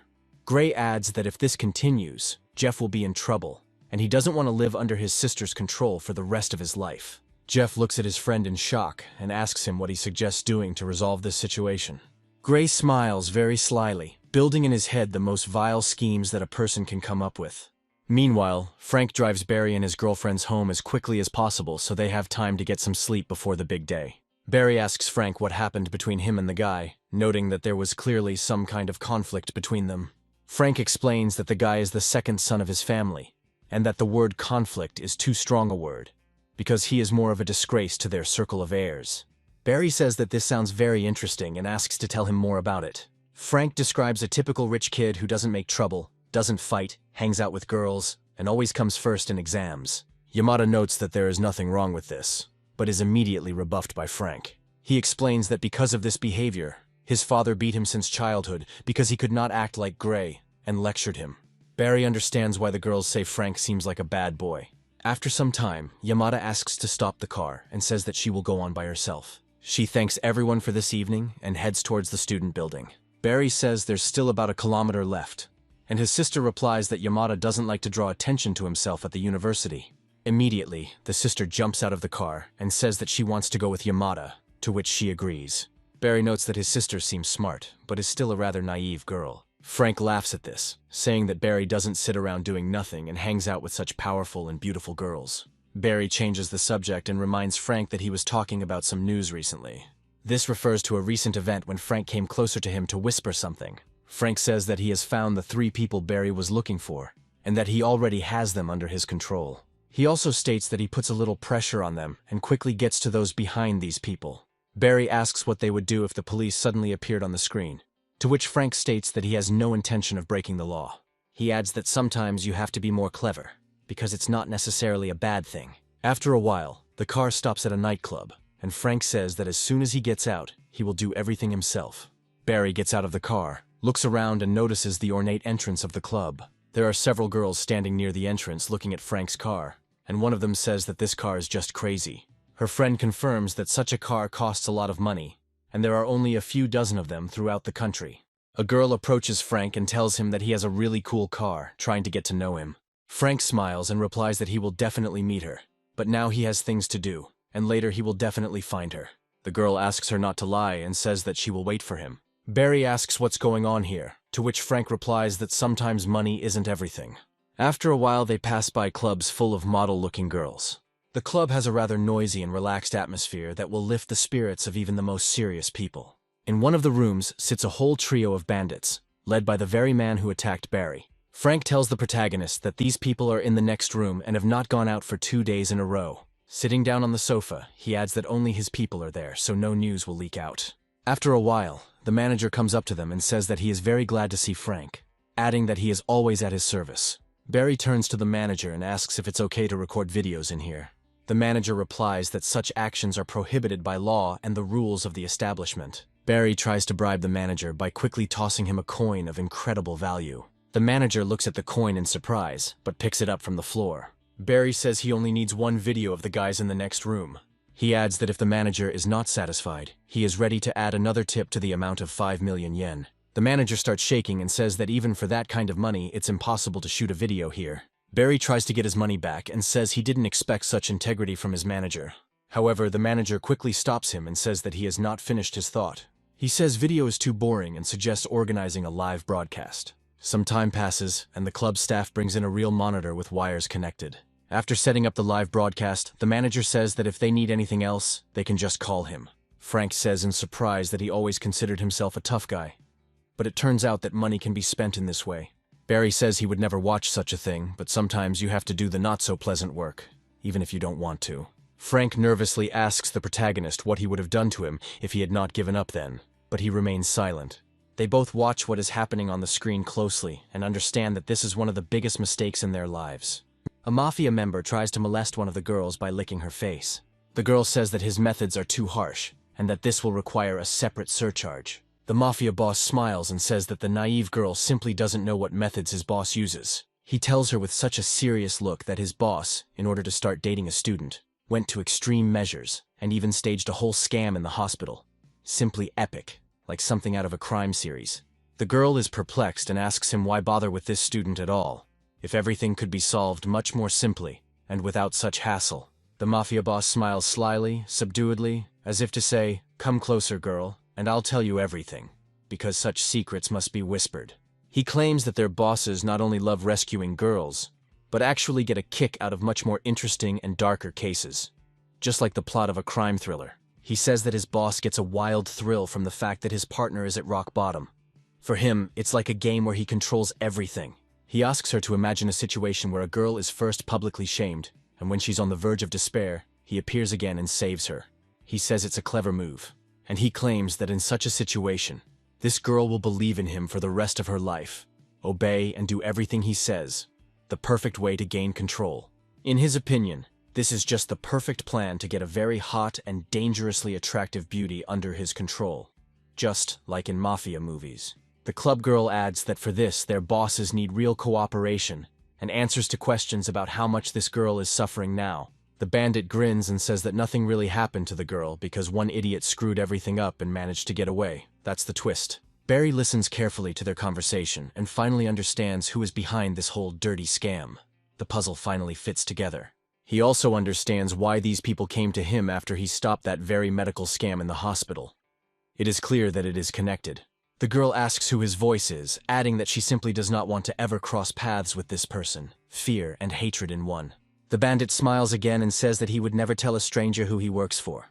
A sort of vow of silence. Soon another bandit enters the room and says that he managed to come to an agreement with the people from the hotel, which means that the couple is already preparing for the birthday party. The intrigue is growing. The main bandit says that they need to hurry because if they are late, the boss will punish them severely. A time bomb. Barry takes a close look at the lead bandit and deduces that he most likely belongs to one of the mafia families. A trademark sign of danger. Barry thinks to himself that he will definitely make this man regret it, because he is fighting for the woman he cares about. Eternal drama. Barry states that he has found out everything he needs to know and asks if he's going to stay here. It's time to expose the truth. Frank grins and says that he definitely doesn't plan on going anywhere, because there's a beautiful girl waiting for him on the street. romance in a criminal setting. Quickly coming to his senses, he adds that in fact he is here because of a sense of duty, and therefore he will continue to monitor the bandits. Each has his own motives. Barry leaves the room, saying that if Frank has any news, he should let him know immediately. This is top-notch teamwork. Barry muses that even if that's the case, Yamada probably isn't the main victim. There's something deeper and more terrible going on. He wonders who else is there, who is being hunted, when he immediately receives a system notification. An unexpected turn. The system informs that a large victim has been found nearby, and if you help it, the reward will be even better. The incentive in the game increases.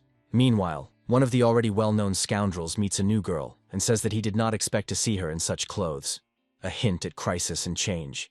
This girl turns out to be Cherry's teacher, who has serious financial difficulties. A typical school drama, but with a criminal twist. Cherry asks the villain what she should do next, but he reaches out to grope her a little. Not the most pleasant moment. She reminds him that he promised her that if she dressed in these clothes, she would be given a deferment of another 3 months, an attempt to negotiate. The villain mocks Cherry, calling her a naive joker, because no one would just give 100,000 for black stockings. Hardcore realism.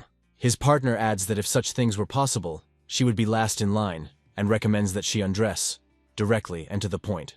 Cherry indignantly says that they were promised that if she fulfilled their conditions, they would meet her halfway. The last hope. The scoundrel tells her not to rush, and adds that they came here to discuss all matters.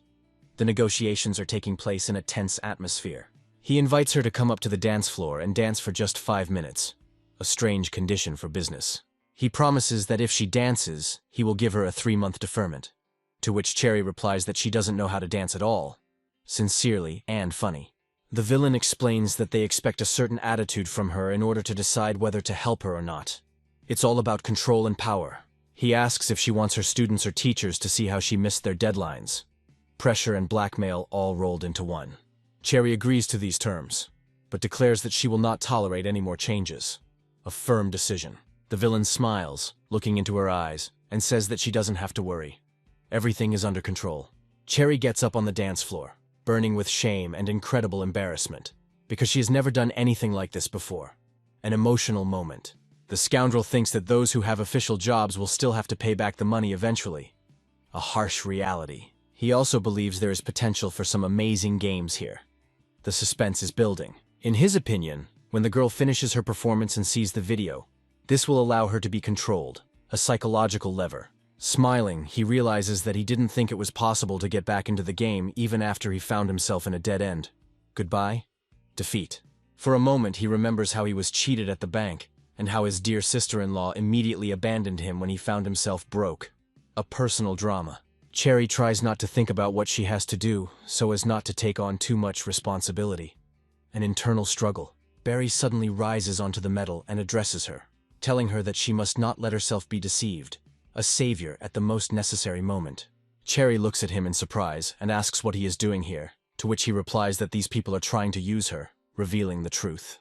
The villain asks him who he is and what he is up to here, disrupting their plans. The conflict escalates.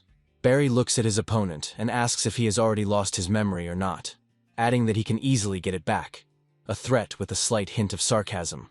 The vile moneylender begins to get angry, realizing that he is faced with the man who put him in the most terrible position. A classic antagonist.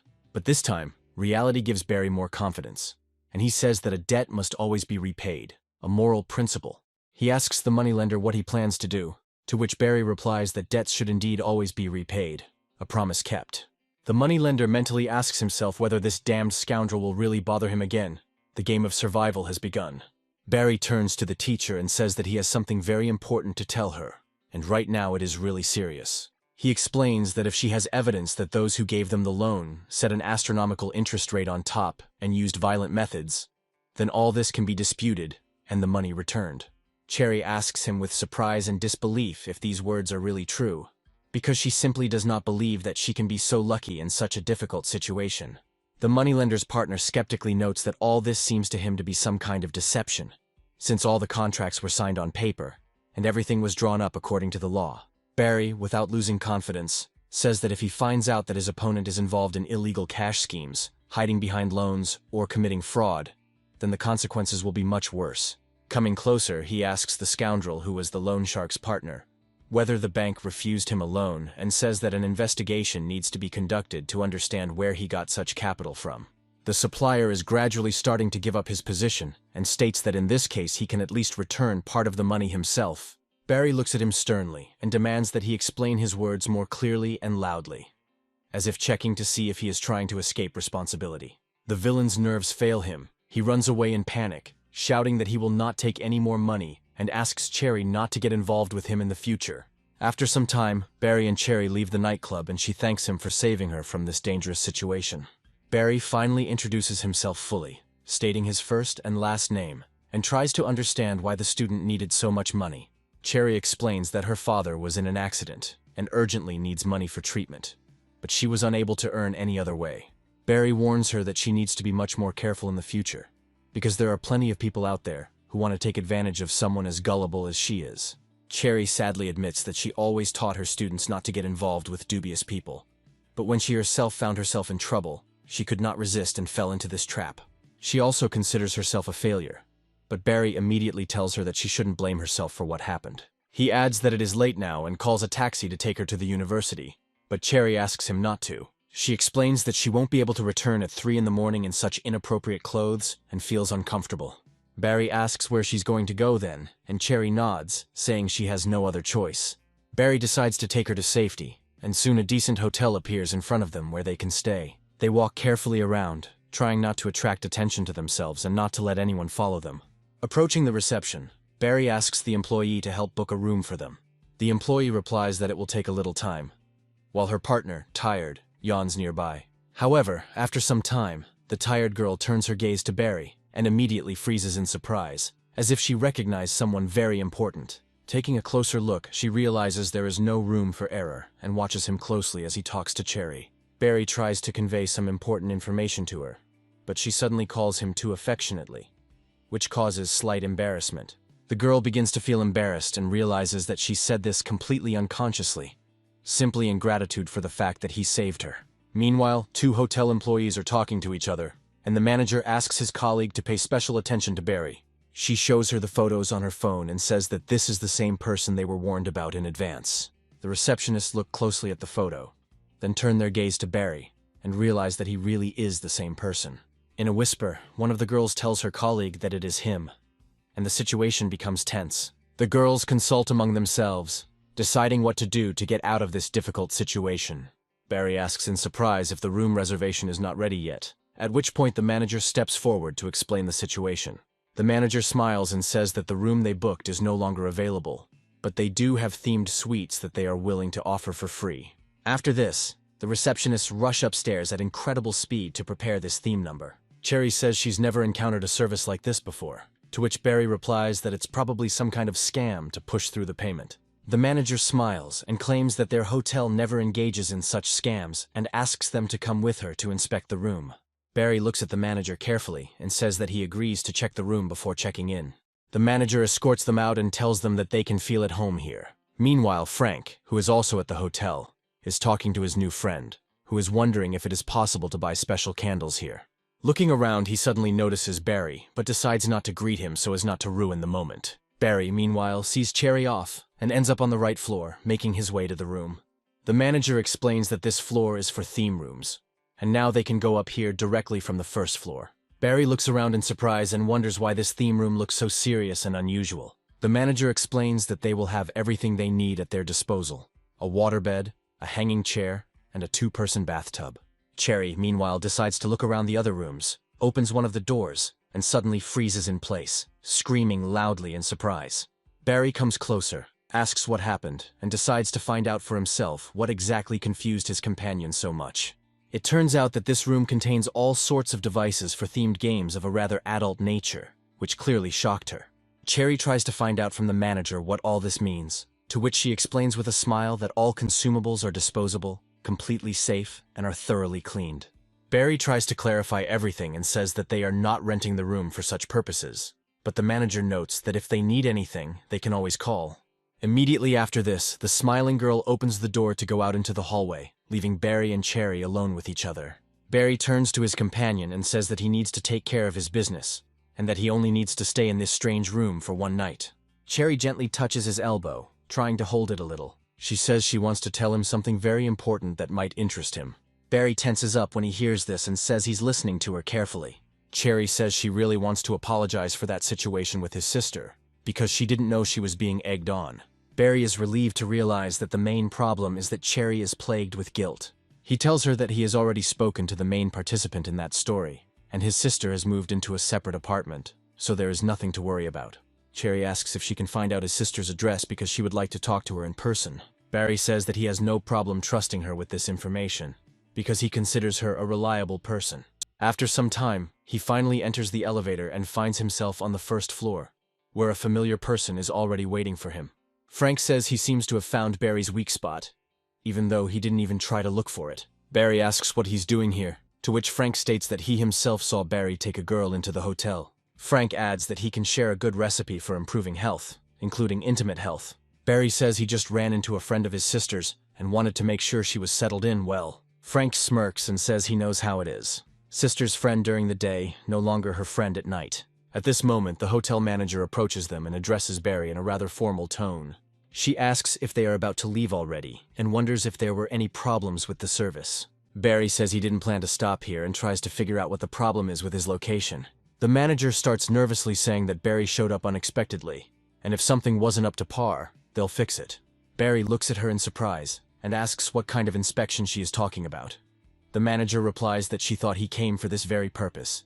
Barry says he doesn't understand anything, and the manager looks at him with confusion. He asks why he should check anything at all in this hotel. The manager replies that he is now the largest shareholder. She explains that an official notice had recently arrived, and she assumed that he had come here for an inspection. At this point, Barry receives a system notification about a reward for acquiring a controlling stake in this hotel. Frank laughs and says that Barry knows how to have fun. He leans closer and adds that he wouldn't have thought to buy an entire hotel so that no one would leave a trace. Barry contacts the manager and asks her to thoroughly check this guy and his companions, and in case of violations, not to allow them to check in. The manager immediately states that he will fulfill this request immediately. Frank asks Barry to have mercy and says that he has already bought all the props and does not want to disappoint his companion. He then turns to the manager and assures her that she shouldn't worry. He was just joking, since he is close to their boss. Barry, meanwhile, goes outside, looks around and realizes that he has a lot of work ahead of him. After some time, he goes to the hospital to visit his best friend's aunt. She asks him how the stew tastes, to which he replies that it feels like he stepped back in time. His friend's aunt says that she is now healthy, can dance again, and that even old people ask her for her phone number. Barry's friend tells him that he will return the remaining amount through the same channel to finally get rid of the debts. Barry asks if he really intends to return the entire amount, and advises that it would be better to spend it on a wedding with a girl. Yamaguchi says that it's better not to remind him about it because he's having some difficulties. Barry says that if there is something worth talking about, it is better to share it right away. Yamaguchi admits that his girlfriend has started avoiding him, and has been acting strangely lately. Barry asks if she still works at the same dealership. After a few moments, he gets to his feet and suggests that they look at the cars and go for a walk. Sometime later, they find themselves in an elite car dealership, located in a tall building. Barry and Yamaguchi walk around the main hall and look at expensive cars, each of which costs a fortune. A Yamaguchi girl named Sarah greets them and asks what they are doing here. Yamaguchi says he came to look at the cars and asks if she needs help with sales. Sarah happily replies that she has just a little time to walk around and discuss cars. Yamaguchi notices a strange mark on her knee and asks what it is. Sarah immediately becomes nervous and says that she just got a little hurt at work and it's nothing serious. Yamaguchi asks how this happened, but the girl asks him to stop the interrogation. After a while, two girls approach her from behind and mockingly ask if she is now chasing a rich guy. They also add that they made her carry heavy materials, to which Yamaguchi asks them to speak with respect. He immediately turns to her and asks if these two girls are really her colleagues, to which Sarah replies that this is exactly the case. Barry intervenes in the conversation and asks Sarah with a grin since when she started working in a plastic surgery clinic, because her colleagues look like typical dolls from a shop window. The girls start to smile smugly, ignoring his provocations, and talk about remembering Sarah's poor boyfriend, whom she is dating. Sarah asks them point blank why, being so rich, they don't want to compensate her for the damage to the materials she broke the day before. One of the girls replies that Sarah herself couldn't stay on her feet and fell, breaking everything herself, and therefore there is nothing to ask of them. Another colleague starts laughing loudly and calls her a pauper who is trying to extract money from strangers. Sarah is reserved in saying that she accidentally knocked over the counter as she walked past, which is why everything fell. In fact, everything was not like that. Her colleagues deliberately pushed her so that she fell and broke the materials. As soon as Sarah hit her knees, her colleagues began to tease her and say that now she would owe money for the damaged materials. Yamagachi says that he now understands where the bruises and abrasions came from, and sympathetically notes that it must have been very painful. Colleagues begin to aggressively attack Sarah, saying that she should not pretend to be a victim and a poor girl. Yamagachi demands that they apologize immediately and says that they should not get into trouble. He starts to insist on his own, and says that he will not allow them to insult his girlfriend, and that they are obliged to apologize to her. A girl from their company looks at him in surprise and asks if he has gone crazy, threatening to sue him. In order to stop the growing conflict, the salon manager appears and demands to know what is going on here. He also angrily asks who dared to touch his female employees. One of the girls claims that she was grabbed by the hand, and that she became very scared because of it. At this moment, Abigail appears in the room, and immediately notices Barry among all this commotion. She approaches him and asks in surprise how he ended up here and what he is doing here. Barry looks at her in confusion, and asks a counter question, not understanding what is happening. Abigail says she came to help her father with the contract approval, and wonders what the conflict was about. The salon manager and two arrogant employees look at Barry and his friends with suspicion and anger. The manager demands that they apologize to his employees and thus resolve the situation. Barry replies that they are not going to apologize, adding that the manager is clearly mentally ill if he seriously thinks that. The manager says that if he is not treated with respect, then he is not going to be polite either. Abigail says with cold calm that if he intends to continue in this tone, then she will take all the consequences upon herself. The manager asks in amazement what she means and why such threats. Abigail replies that their agreement could easily be set aside if the manager really insists on this kind of behavior. The manager wonders who this guy is that makes Abigail so angry and protective of him. Meanwhile, the girls say that they cannot apologize to this poor girl because it would be too humiliating. The manager realizes that losing the contract with Abigail's family could cost the salon millions in profits. One of the girls quickly changes her tone and says that if he is kind to them, they will reciprocate. Another one makes a flirtatious face and says that they can always offer him what he wants most. The manager states that his girls are not to blame in this situation, and if anything happens, they can contact the police. Abigail, with a stony expression, says that in that case she revokes their contract. Barry stops her and tells her not to go that far. Immediately after this, he turns around and walks away from the conflict. Abigail watches his actions in confusion, and the manager is relieved that a scandal was avoided. Barry goes outside with his friends and begins to think about his next move. Abigail apologizes to him and says she didn't mean to get him into trouble, but Barry replies that it's no problem for him. Abigail admits that she didn't expect him to be so kind, and just let these people go. Barry asks her with interest if she really thought he was taking revenge on all his enemies, to which Abigail replies that that was exactly the impression he gave. Yamagachi confirms Abigail's words and says that she is absolutely right. Barry grins and notes that she is the one who is actually kind here. Meanwhile, the female employees whisper among themselves and say that tonight they will take revenge on their boss for everything he did. At this moment, the manager's phone suddenly rings, and he hurries to pick it up to figure out what's going on. The message he received made him fall silent and stare at the screen in horror. He asks himself in a panic whether all his car supplies have really been cut off. Looking through the list of brands that will no longer be supplied, he realizes that he is simply doomed to bankruptcy. He realizes that every missed order will cost him colossal losses and payments. A feeling of complete shock comes over him, and he realizes that everything is falling apart. Meanwhile, one of the employees teases him, asking if he has lost the power of speech. The enraged manager yells at them and demands that they get out of his sight immediately. He points to the second girl and tells her to also clean up and not come back to the salon. Barry smiles at this point and tells his companion that she just needs to wait a little while, and generous compensation will not be long in coming. After a while, they get into the car and go about their business. Sarah tells Barry that he just offered her a really nice car and asks if he's afraid she'll crash it. Barry replies that he wanted to test drive the car beforehand, at which point Sarah narrows her eyes and asks if he's trying to make her his personal driver. Barry admits that this is exactly what he is trying to achieve, adding that he will provide her with excellent conditions and social guarantees at the highest level, to which Sarah immediately agrees.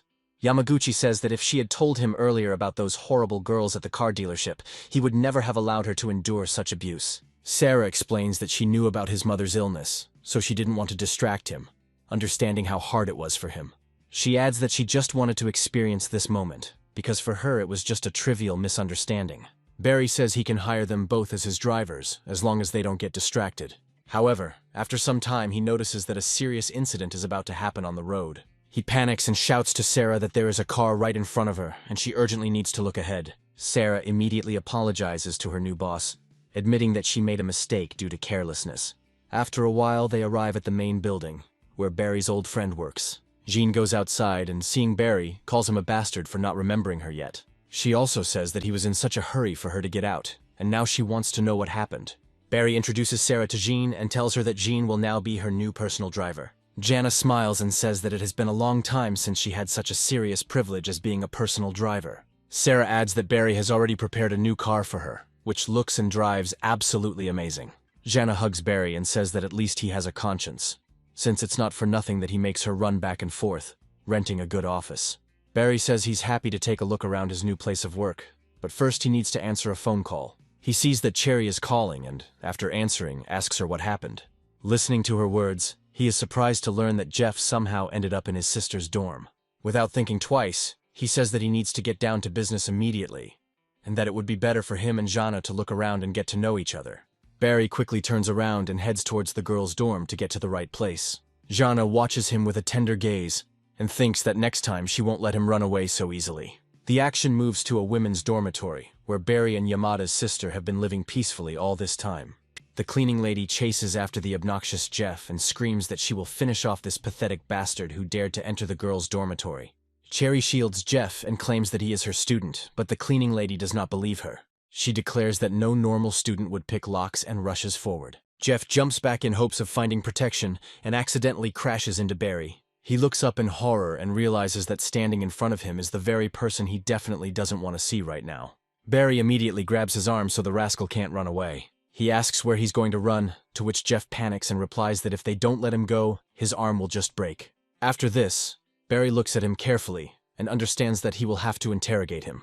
Without letting Jeff say a word, he seals his mouth with a strong bandage. Cherry watches what is happening in surprise, but decides not to interfere because it all looks too strange. Some time ago, Jeff stood near the entrance to the dorm and thought about his plan.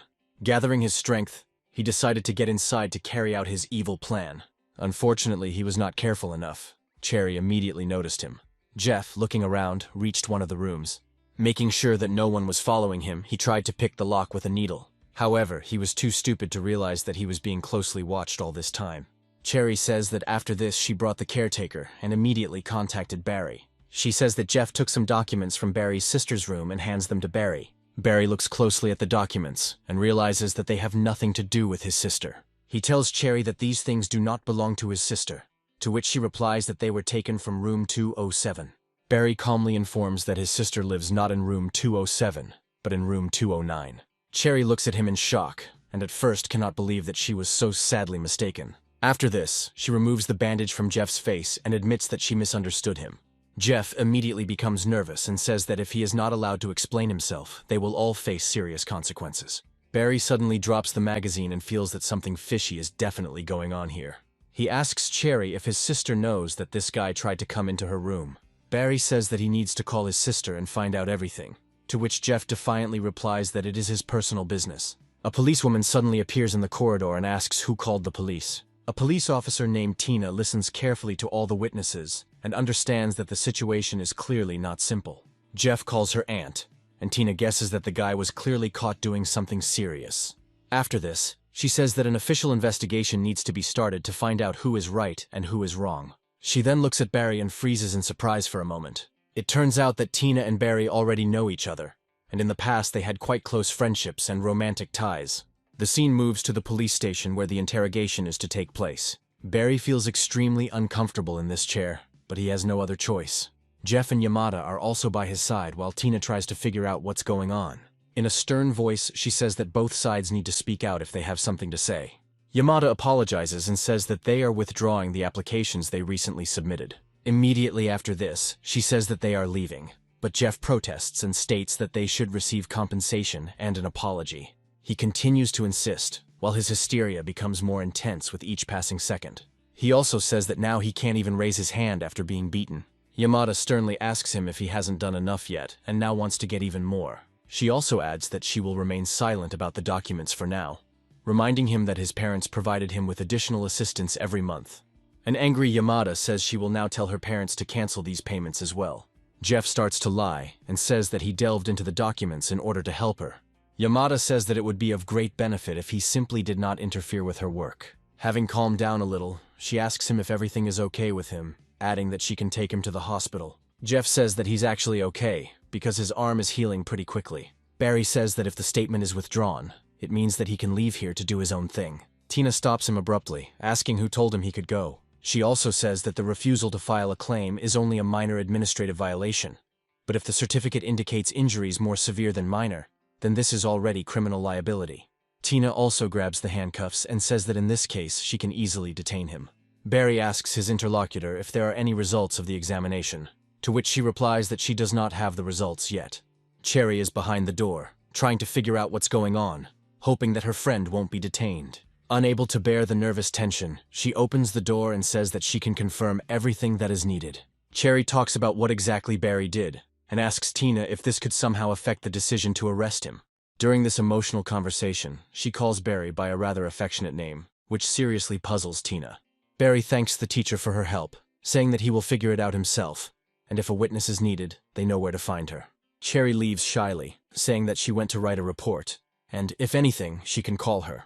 Immediately after this, she goes out and closes the door behind her, leaving them alone. Tina immediately begins to tease the main character, calling him by the same diminutive name. She says that now she knows what his taste is, and is not at all surprised why he hasn't written to her for so many years. Barry tells her with a smile that in fact, it was she who dumped him. Looking at her, he understands that she was once his first love, but in terms of status, she was his senior. Tina smiles and says that he doesn't value his own girl and traded her for a high school girl, to which Barry replies that he has nothing with Cherry. After some time, Tina's colleague comes and tells her that the results of the examination have arrived, after which she thanks him. She also states that he is lucky because the damage he caused is not even mild. Barry asks her if this means he can go about his business, to which she replies that he should stay with her for now. Tina says that she is just finishing her shift, which means he should go with her and help her with the shopping. After some time, the scene moves to one of the large houses where Tina lives. Entering the apartment, she takes off her shoes and asks Barry why he is frozen in place, recommending that he move on. Barry tells her that they were supposed to go shopping, but for some reason they ended up at her house. Tina says that she doesn't go shopping in her police uniform and needs to change into civilian clothes. She also grabs his hand and says that she can now use his help. Barry looks around and says that she has quite a mess in here. Tina says that he has a very keen eye, and that is why he should help her clean up. Barry asks her if that's the only reason she brought him here, then falls onto the bed and says that he often helped her when they were kids. Barry decides to meet her halfway, while Tina asks him about how many girls he's had over the years. She also asks him to answer honestly and not even think about deceiving her. Barry talks about how he only really dated one girl, and they still broke up. Tina reacts to this quite predictably, and rushes forward to punish Barry for his honesty. Barry asks her why she is acting this way, to which the girl replies that, by the way, she has not dated anyone during all this time. Barry asks her if even after a breakup one can't love freely, hinting that it harms demographics. Tina asks the protagonist why he even thought they broke up, to which he replies that she simply disappeared without saying a word. Barry decides to find out the matter and asks her where she went then, saying that he raised a ruckus, but still didn't find out anything. Tina says that if he really wants to know, he should help her fold the laundry first. Barry realizes he has no other choice if he wants to get the valuable information and starts getting out his underwear. A few moments pass and he discovers that he has been under the close surveillance of a video camera the entire time. Tina smiles and says that she accidentally turned on the camera, and now she has first-class incriminating evidence. Barry starts to get a little angry and says that Tina just set him up with a trap. Tina doesn't even try to pretend to be an innocent girl and just smiles playfully, looking at her lover. She continues to tease him and says that he probably doesn't want his friends to know what kind of person he really is. Barry talks about giving up and asks her what she really wants. Tina says that she hasn't decided yet, but next week they will definitely go choose a gift for her father. Barry plays hard to get and says that if he has time he will definitely go, but Tina says that he will definitely find the time. Immediately after this, she gets to her feet and says that they should go shopping. Looking at the clothes hanging on the hangers, she recommends that he choose what he would like to see on her. Before doing this, she blows dust off the small glasses lying on the chest of drawers. Putting on glasses, she says that she can try on the image of a strict older sister or a cute schoolgirl. Their romantic conversation is interrupted by the loud buzzing of the phone, and Tina complains that this is a terrible time to call. After taking the call, she learns that there is an urgent request for police reinforcements, and says that she will be there very soon. Barry looks at her with a smile and says that now she definitely doesn't have time to go shopping. Tina points to the window and says that the emergency happened right there and can be seen even from here. Barry goes to the window and looks around, trying to figure out what happened, wondering if it was a fire or a fight. After a while, he realizes that he has been played again and turns back, but Tina is already waiting for him there. Without thinking twice, she kisses the main character, taking advantage of his naivety. Smiling, she says that the emergency happened right here and points to her lips. As she heads towards the exit, she says that the only thing that matters to her is that he doesn't forget about her. Donning a police cap, she declares that she is going to administer justice on the streets of this city. Barry watches her carefully, realizing that this girl is truly amazing and good-natured. He also says that she has quite realistic ideas and motives because she is a fool. Feeling a little tired, he stretches and says he'll have to get down to some real business. The scene moves to huge skyscrapers, where at this moment important financial matters are being carried out. The bigwigs of the financial world turn to Barry and ask him about the reason for their urgent meeting and what problem needs to be solved. Barry says he just came to tell them all off. They ask him what the reason is, and he states that they control the financial market of half of the Southern District, but cannot find one person. Financial bigwigs say that finding people is really not their profile, because they don't deal with mafia groups. They also say that when it comes to gathering information on companies, no agency can beat them, and Barry smiles. He says that this time there will be no competition, and he will invest $10 million in each of the companies so that they create a special department that works only for him. The heads of conglomerates ask him if he is serious about investing such huge sums in them. Barry says he's completely serious, but they have to do it exactly the way he wants. The heads of companies say that he can be sure that it is important to them that no secret remains hidden. They also add that if necessary, they will be able to find out which toilet is available in any company at the moment. Barry talks about pitching a French renewable energy company. Meanwhile, the scene moves to one of the luxury hotels, where at this moment very dubious events are also taking place. A smartly dressed girl gives Frank a massage and asks him if he's okay. Frank says that today he feels incredibly sluggish, and will not be able to please her with his masculine strength. The girl smiles and says that if he wants to be a passive participant, then she will take everything into her own hands. Frank tries to break free from her clutches and asks what the hell she's doing. A seemingly sweet girl declares that the hotel has provided them with a whole bunch of toys, and sometimes it is definitely worth trying everything. Frank says that he will only give up his body over his dead body and tries to escape, but he fails.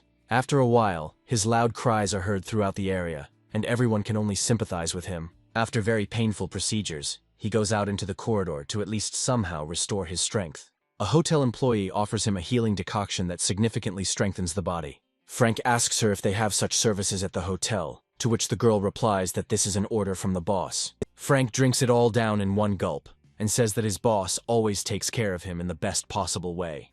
The employee recalls Barry saying he had a friend with specific tastes, and asking her to prepare more accessories. It was he who asked to add more vitamins to the broth, so that Frank would not ruin his health. Barry smiles and understands that after this performance, Frank will remember this expensive hotel forever, and will chat less. Meanwhile, one of the bandits turns to his subordinates and demands that they behave as carefully as possible. He states that they should carry the load more carefully, because if they drop it, they will pay until retirement. Frank goes down and notices that for some reason there are bandits belonging to Gray's group here. He asks the manager what's going on here, to which he replies that a client has bought out the entire top floor and wants to throw a birthday party. Frank looks closely at the decorations and guesses that the party is being arranged for Yamada. The manager asks him if he knows this girl, to which he replies that it is a holiday for his boss's girlfriend. The manager tries to understand what he means, but Frank states that this guy decided to compete with the main shareholder of the hotel. The manager understands who we are talking about and asks if the holiday should be cancelled. Frank smiles and says that under no circumstances should such holidays be cancelled. It is better to spend them with maximum effect.